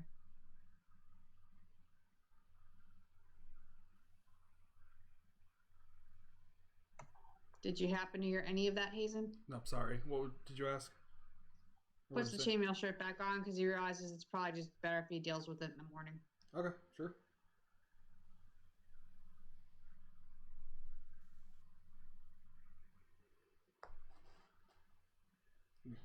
No, unless you set him up, Brad. Not really. Okay. So, is there anything anyone else would like to do at the moment? Unless if you haven't gone to bed yet, because I am going to feed the Snickies. Because I'm actually here. And where are we at right now? Like, scenery? Savannah. So muggy, wetlands, trees. More dry. You're not quite to the muggy part yet. Kind of like a Got it. dry grassland, Dry- kind of.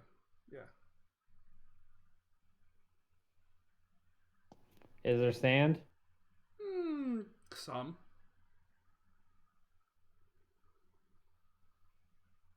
Never mind then. I got nothing. I'm going to start my meditation because I believe he's taking. Yeah, you can Nork's always also go gonna bed ahead down. and get yourself a supply of pocket sand. Not gonna lie, that was actually where I was thinking about. There's enough that you could definitely stock up on some pocket sand. If that's truly your intention. I had multiple thought processes. That was one of them, and Gario nixed most of it. Okay. So, Arcris, the first watch is going on. So far, Corin hasn't seen anything. Your little friends just grooming themselves after dinner.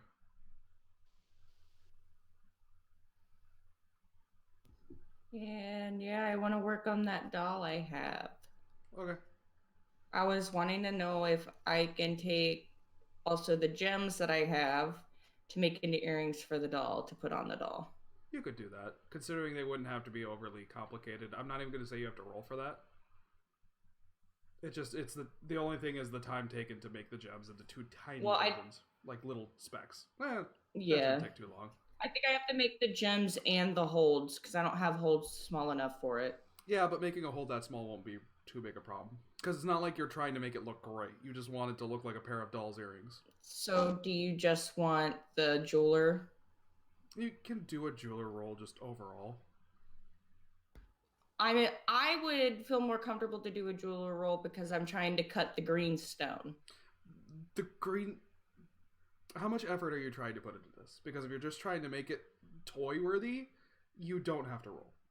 If you're wanting this to actually it'd just look be something good, to play. then yeah.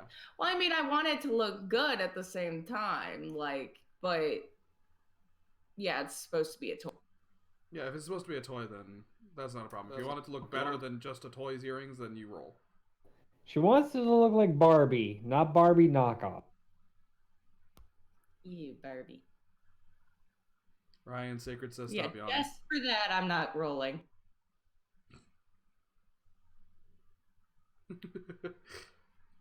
You're being called out.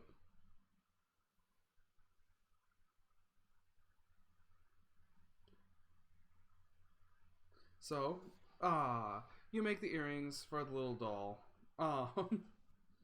And you get set making everything right. Every once in a while the little Gale Glider comes in to investigate the doll but doesn't do anything super disruptive.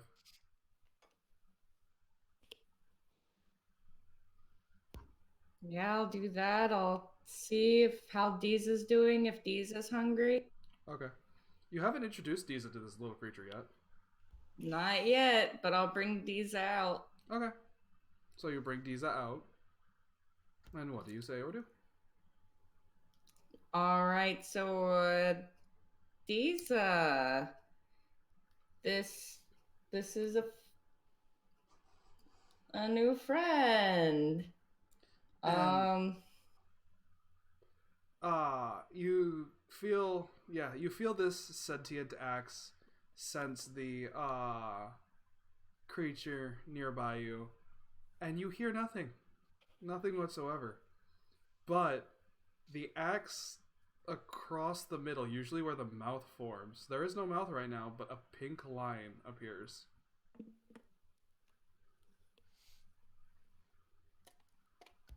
Just a pink line. Yep, you can try inciting it.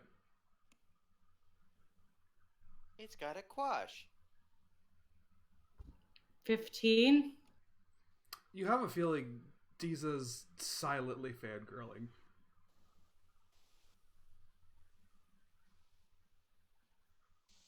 Because in the course of life, Deeza never saw such a creature. I really So- wish I wasn't meditating right now. And So go ahead. I take it you like the new friend.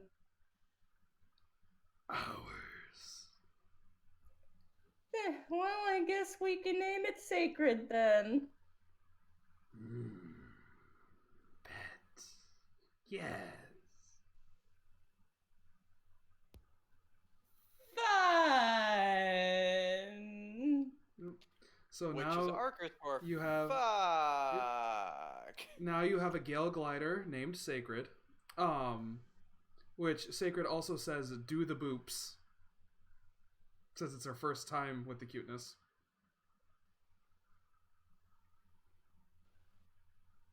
Are you going to see if the creature is going to interact with the axe? Sure. So Okay. I'll bring the axe kind of up a little bit. You bring the axe up, and Sacred looks at itself in the reflection. It brings its little paws, it grabs the edge, and it just kind of sniffs along it. And all this time, like, whereas you were like very fearful and scared, you just hear it like building. If the axe tries to boop, if Giza tries to boop the squirrel, does that count as a kill shot? Nope, Diza doesn't move whatsoever. Diza doesn't try anything. Diza just enjoys the fluffy little creature. Are you really fangirling that hard right now? The little pink line grows red, and then the entire axe grows red. What? But It's cute. It's no longer a blushing red. The axe starts to feel kind of hot. Not painful hot, but Smoke. very upset. I said it was cute. Shit. Don't want me to hold you, you could just say so. But I'm the only one who can, so you're kind of stuck, aren't you? And amigurumi? I've never heard of that. I'm looking that up real quick.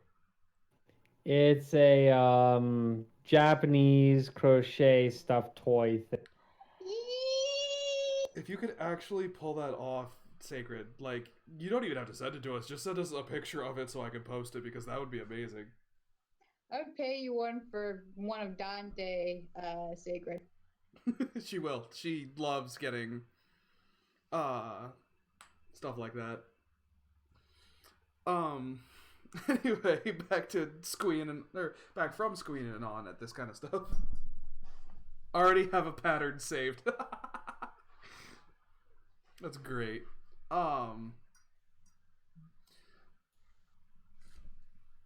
So, Arcus, you grab the sorry, Argus, the axe was grabbed by the sugar glider. What did you say? No, I completely dropped her and was like, well, fuck, you don't have to burn me, basically. And that if you didn't want me to have to hold you, you have to say something, but at the same time, I'm the only one who can, so it's a dilemma. Okay. You drop Diza, and instantly the red blade goes back to black. And then you feel something as the axe sits there by itself, not being banished by you. You feel a growing feeling of anxiety. But not from you. The sugar glider just, as soon as it hears the metal clatter to the floor, it jumps up just and goes up your shoulder. Or like basically behind your head. I actually start to feel that anxiety and just pick it back up. You pick it up and the anxiety starts to fade.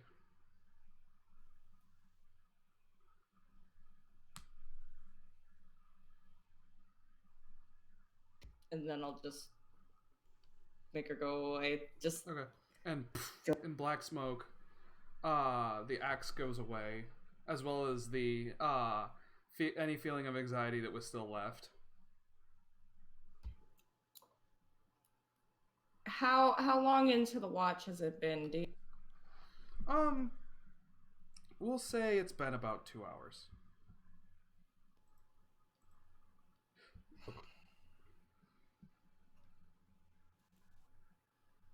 I'll probably just mess around with the doll for like a couple more hours, and about the time the end of the watch is out, I'd like to go and sit by. Okay. So I was gonna say Gario's meditating. I'm just thinking like Yes, no, that's the whole reason I'm gonna wait for the couple of hours and then go sit.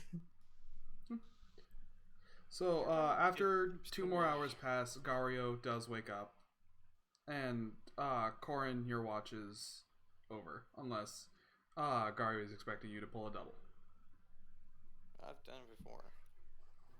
there wasn't, and clarification. So I was meditating, and I wake out of my meditation, and there's Arcus just Ren- making Arcus sure. Renix. Just making sure. Hi. The hell? When I'm so shocked, I literally just got here. Yeah, he did say he waited for you to wake up, but he is there when you wake up. Hi. Hi. Good morning, princess. Would you like to talk? Why does Not you. everybody want to talk with me about things? I You've don't not understand. been here. Of course we want to talk to you about things. Like I said before, I know there's something more going on with you that you don't want to talk about, but we're gonna kind of need to talk about it just a little bit. As Corin is getting his meditation roll set up, he just yells over, "I don't want to talk to you." Good, I don't want to talk to you either. Shut the fuck up, Corin. I was talking to Gario. We didn't want to talk to you either. We never talk to each other anyway. We're always on separate napping periods. This is why first shift and second shift can't be friends. You get the good rest. No, you do. Nothing's ever done by the morning. Well, nothing's ever done by night. Okay. What are you talking about? So, how do you like this newfound magic of yours? It's not my magic. Best way I can put it. I Oh, that I can tell. know that how I to can tell. do it. Gario, in your own head, in a very mocking, you just hear. "Brrr." You stay out of this.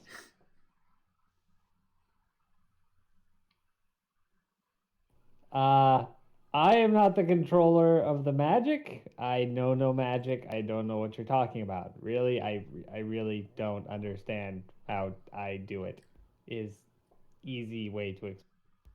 Like I've been telling you this entire time. I don't know So how to do then, it. are my suspicions correct? On what? Did you make a deal? Don't know what you're talking about. At this point, I don't believe you. Gotta beat a 24 on that one. I still don't believe you. Like, I'm just generally saying I don't believe you. But if you want to, I'm just clarifying for deception's sake. You're gonna have to beat a 24 to prove otherwise. Or meet it. Yeah, no, it's only an 18, so. So he may truly not understand how to control this power. It may not be like yours. It may be something more sorcerous. I mean, the worst part is, I really don't. There's no control here, but still. Oh, one of us is in control. I told you to stay out of this. Oh, but I'm being talked about. It'd be rude. But is he talking out loud No. now? No. Okay, making sure. Yeah, no. I would literally say out loud. You say out loud, this doesn't. I told you to stop talking. Or. No, I mean, like, I would literally say out loud. That's what I'm saying. Like, you respond to him out loud. Yeah. No. Okay. No, I'm not responding okay. to him out loud right Okay. now, but that would mean Okay. Okay, making sure. If he was talking to Arcus, he would say out loud and then Yeah. repeat. Okay, making sure. So he just goes. As I said, he would. I'm the one being talked about. I'm sorry. Do you want to make friends? No, I want to make deals.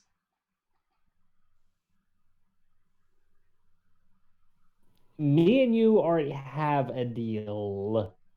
Then why haven't you gone and claimed it yet? You've given me the blood. You just have one little thing to do, and you start getting power.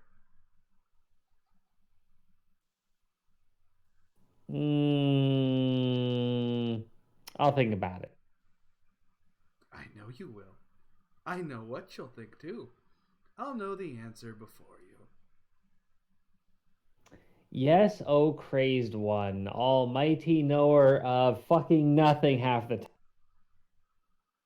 Oh, I may not know everything, but you ought to know something I do know. You're my bitch. How to do this. And from Arcus, as you're just talking to Gario, from behind him, as he's crouched down on his meditation pad, it looks like the man just soils himself, but instead of anything else, it's just glitter. Just out of the bottom of his robes, just pouring glitter. Are you talking about me? Yep.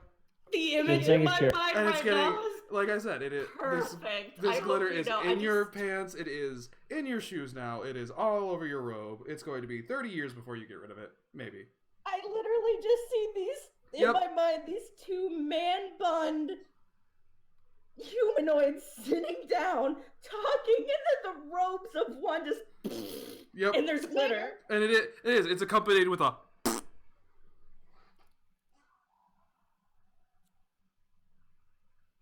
And then you just hear, have fun explaining that one, glitter shits.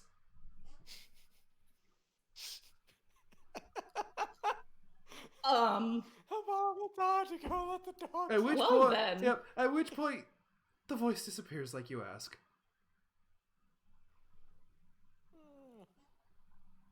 Well, you wanted to know what was wrong with me. Now you know what the magic is. Did she eat a Apparently we should unicorn? look. What the fuck? That's That's not from my food. I have a magical illness that makes me shit glitter.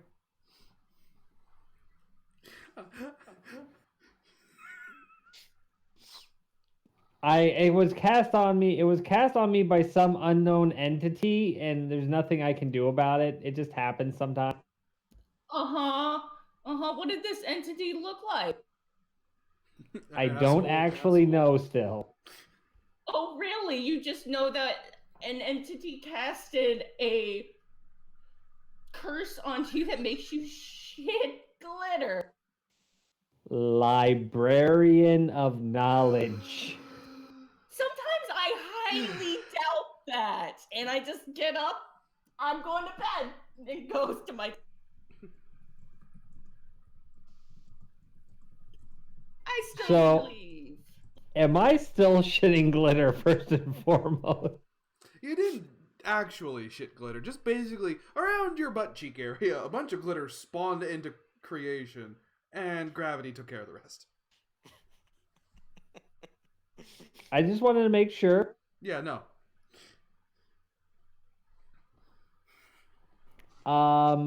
So on to second watch. Yep, so you go into your watch. Go ahead. Go ahead and make the perception check. However, for the night, your movement is halved as every few steps you're constantly trying to shake glitter out of your pants. And it starts to chafe, right? Oh, it doesn't feel great in the slightest. You know what? Is everybody? Is everybody what? Is everybody asleep and nobody's around? At the moment, you seem to be the only one awake since Arcus went to sleep. Cool. Prestidigitation, all of that freaking glitter somewhere the fuck. Okay. Oh, screw you and your glitter.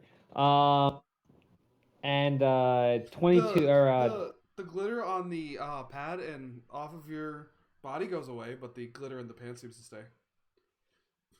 He goes, "Hey, dumbass, my spell." You're a dick. No! The devil's a dick. Who would have guessed this? Please, you're Let me not the guess. devil. You're a Don't even- sarcastic, dry-witted asshole with a dark and mysterious past who doesn't give his information out easily. And is morally ambivalent because of the way he was raised, right? Are we just going to call out stereotypes, or we going to get on with our lives? Yeah. Shit hurts. Nope, that was Shit pretty hurts. much straight on, except for the part about you being a devil. You're more like a trickster. Petty one at that. Glitter butt, that was the best you. Okay, I really wanted to make your coccyx explode, but that you living through that just raises questions. Anybody can shit glitter. Are you kidding me? There are owlbears running around. But if someone I can't explodes argue from with the this. spine, people look into that because it's a problem.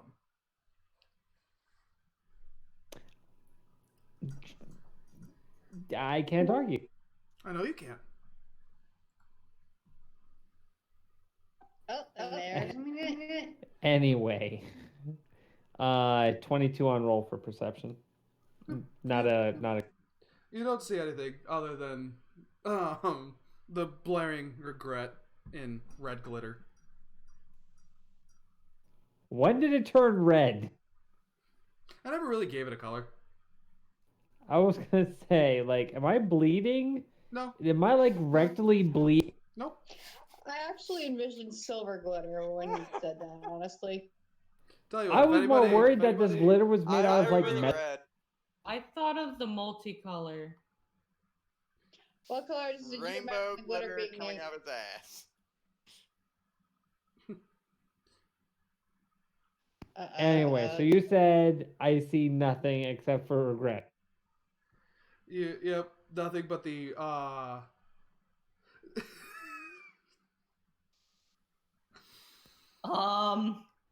That was the question I also wanted to know for my sake because I was there. Did it smell like shit or was So it here's- literally it just... didn't smell like shit. He doesn't Here- actually shit glitter. Here's the answer to your question. Have you ever seen the Squatty Potty commercial with the unicorn? No. No.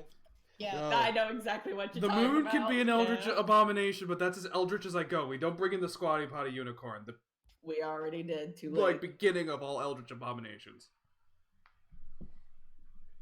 No, he did not actually. It smelled like flowers just for the sake of fun, because it means clear that it's magical to some degree.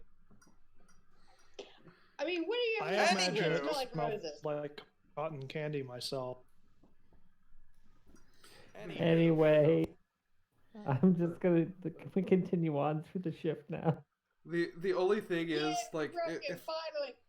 if I could get anything, I want like either a like tapestry looking piece of art or like someone to make it look like stained glass. Just Gario on his knees on his meditation bed, Arcris with the black axe on his hip, and I just want there to be glitter shit everywhere. Arker's face is just like, Yes, like I want Arcris to look like the Scream, but even more terrified somehow, or worried, or you know.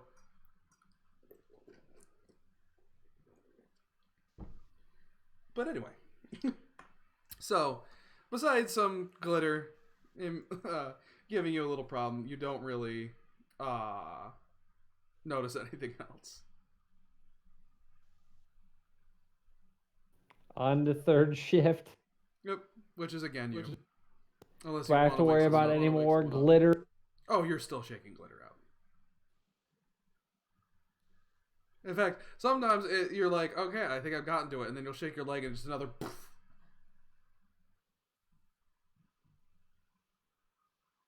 Your pants are a bag of holding. How fantastic. Actually, Just for glitter. Actually, yes. He has basically become a walking bag of glitter creation. He will leave. Here's the problem, though. He's leaving an obvious trail. Anybody who wakes up can track exactly how he went through his night. Which, for Perception a shadow 18. monk, is a great thing.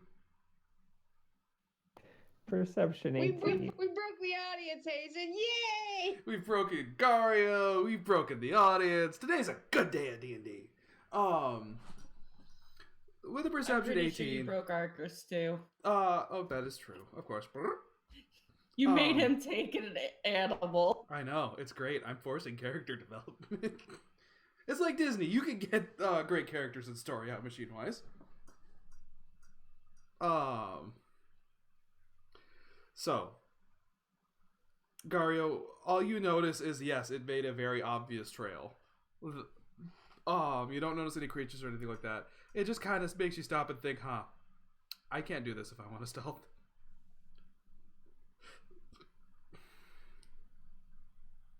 I'm gonna kind of think in my head like, I could use this later though. I know it. I'm gonna have to talk to him about this shit glitter trick. Yes? I said later, not now. Go back to bed. Or we could talk about it. And if it's an idea I like, I might stop cursing you with it. I might Actually, not. no. I The might point. No, the point was to use the curse on me at specific moments. For Hilarity? well, I did that already. I was thinking worse things, like just randomly causing chaos in a bar. So when you finally sleep with a hooker, got it. Now you're getting it. We just gotta make sure you're on top. We'll make it look like a geyser from both ends. Wait. If we make the bear shit glitter, You're is it gonna gonna sleep with a turn- bear? I don't think that's a good idea either. Point was that if we make the bear shit glitter, will it sparkle?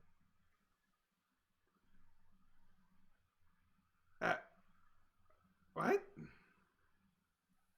I'm just Are clarifying, you asking crazy if one. glitter sparkle? Did I choose a dumb one again? I'm asking if the bear shit's glitter will it sparkle or will it catch fire? Okay. Kid. I love your logical mind. I'm a devil. That logically proceeds to some part. And usually I only use logic when it's funny. Okay.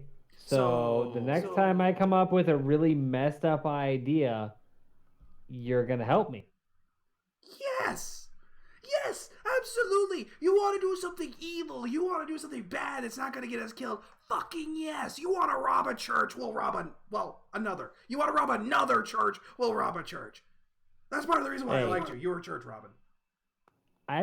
You're one of them grave robbing folk. I know. I like grave robbers. Have I got a person for you? Oh, I know. Just making sure. One day. Oh. See, here's the thing, though. You know who make really, really, really good not patrons. What's the word? Stupid meat bags. You know who makes good stupid meat bags for people like me? Who's that? The Children of Warlocks. So here's the thing. It's not exactly possible now, but I could give you a really great reward if you somehow have a kid with that guy.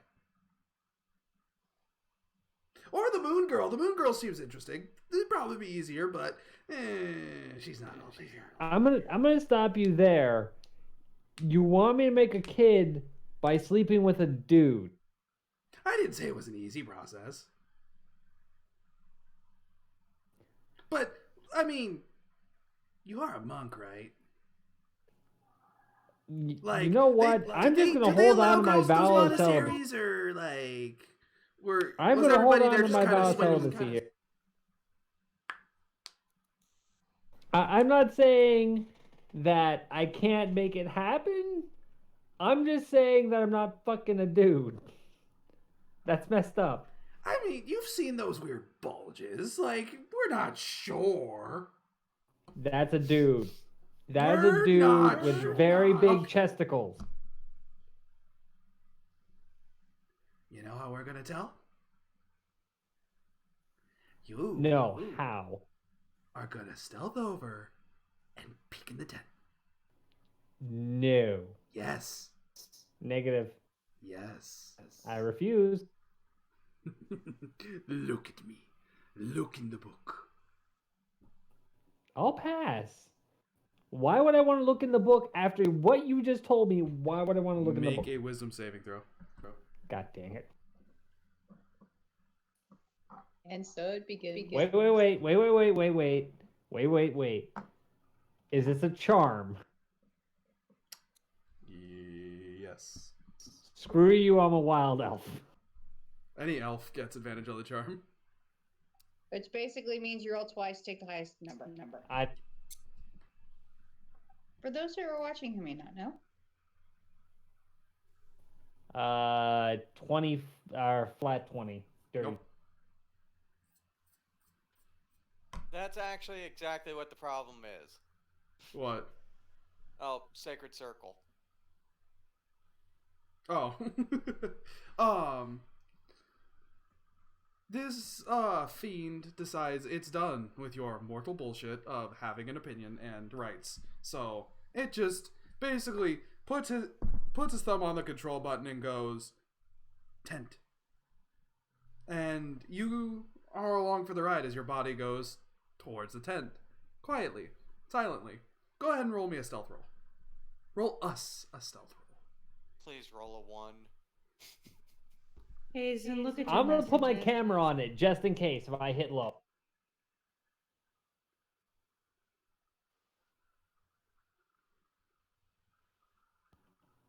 Freaking 24. 24 stealth. Arcris, make a perception at disadvantage. I'm probably not going to see it by much. Shit. Oh, look, nat 1 on the first roll. That's a 2. That could be useful. Arcris is just happily sawing logs.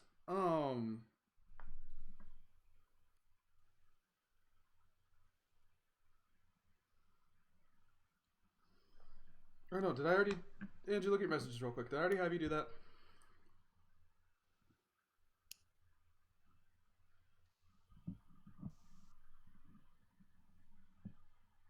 I don't remember, but I can redo it. Just go ahead.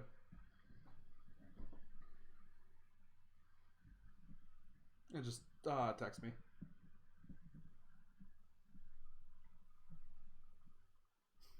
Okay. You open the tent. You open it from the end that is actually supposed to be the entrance, so hopefully nothing is viewed as disturbed. You peek in with your dark vision and whoa. That's a guy. That is definitely a guy. Not only is that a guy, you can understand why Arcris is so proud now. I told you it was a dude. I knew it was a dude. Always. Okay. Well, first off, wow. But second off, so we're going to have to figure out how to make you the girl. Got it. Got it. Now, And he goes away.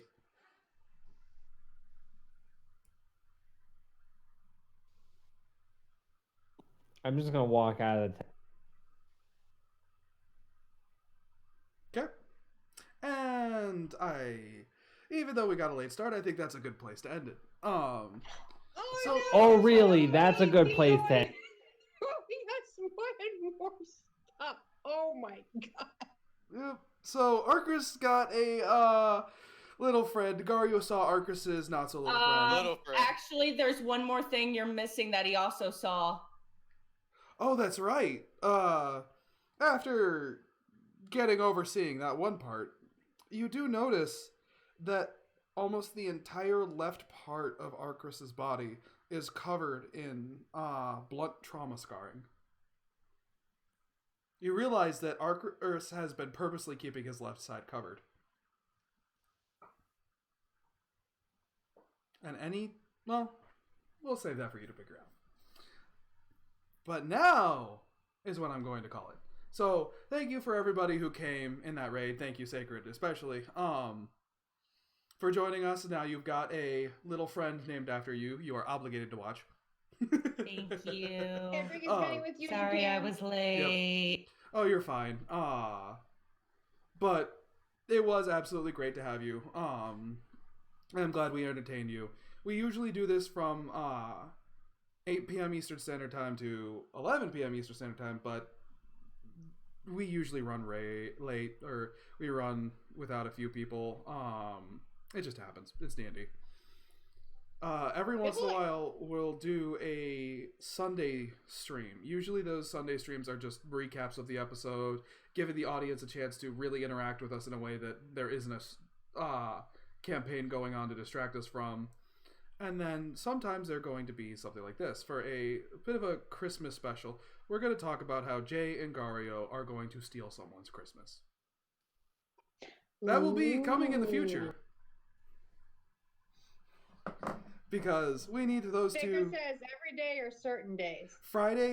Every Friday we have a stream unless we state otherwise, either in a previous stream or on Twitter or both. And then we have the occasional ones on Sunday. Usually we will give notice that we're having the Sunday stream. But other than that, it's usually just Fridays. That's the only time all of us can get together. Or at least try. Yep. So there will be a special session planned. I don't know if it's in the coming week. I have to actually look at my schedule. Thank you. Okay, well, Hazen's doing that. Everybody, favorite moment today? Yeah, definitely. Honestly, that I didn't know what to do with the shit and glitter thing. That was pretty good. I just have to Yeah, like, what really. would I do with this situation? Yep. Like the Fiend said, he wanted to cause something that would make Gario extremely uncomfortable, but not do something that would be so bad that it's actually investigated. So I'm actually kind of impressed. Ryan came up with a spot. It's like, I have a disease that makes me shit glitter once in a while. Yeah, no, that was great. And now you know what the magic's for. Yep, Jen. Sacred says, whisper the colors of the bear, or if you have a picture, send it so that they can Yeah, make the I bear. think I have the one that Angie drew up of him. Still, was the face. So I might be able to do that, Sacred. That should definitely What? help. Sacred's going to use your drawing of Dante as the base for their little Dante knit. Oh, my painting? Yep, you're painting. That's right, not Yeah, drawing. my drawing was interesting. The painting turned out a little bit. I think I only got the one where it's, well, hang on. Oh, hold on. I got it. She Yeah, has the actual painting. Yep.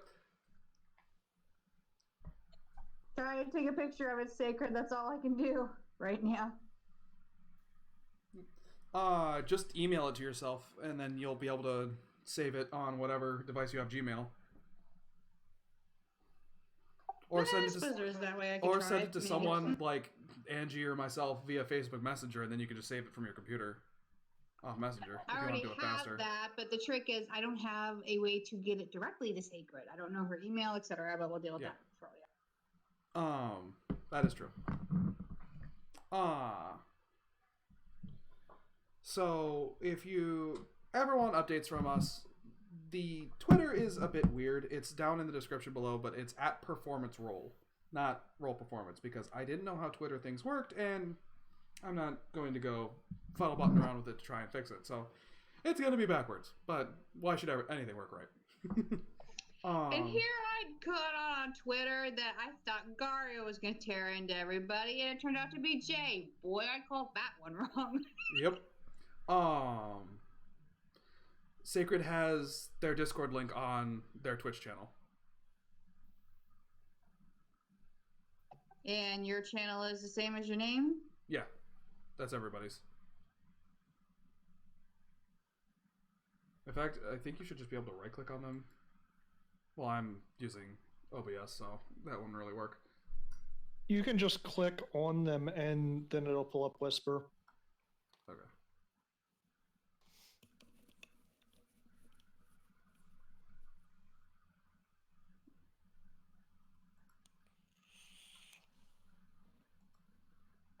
Well, with that, we want to calling it. Yeah, I think we're going to call it and actually get off. Sacred, you were an absolute treat to have, and once again, we thank you very much for the raid, and we're glad to be entertaining to you and everybody else who's watching. I hope everyone here has a wonderful weekend. Also, I need to get the last episode up. I've caught us all up except for episode 8.5, but on Twitch or on YouTube, which is the same name, Roll Performance, all of these episodes get uploaded. Like I said, have the 2 roll histories we did on the Sundays, and I have episodes like the prequels through episode 8 of Roll Performance on there. So if you're ever bored and want something to watch, go ahead and go back to those. Just a warning, the earliest ones may not be great because that's when we're figuring out audio, video quality, all that kind of stuff. But with that, if nobody's got anything else, I think it is time to call the night. Until next time, everybody. Till next time. See ya. Bye. Bye.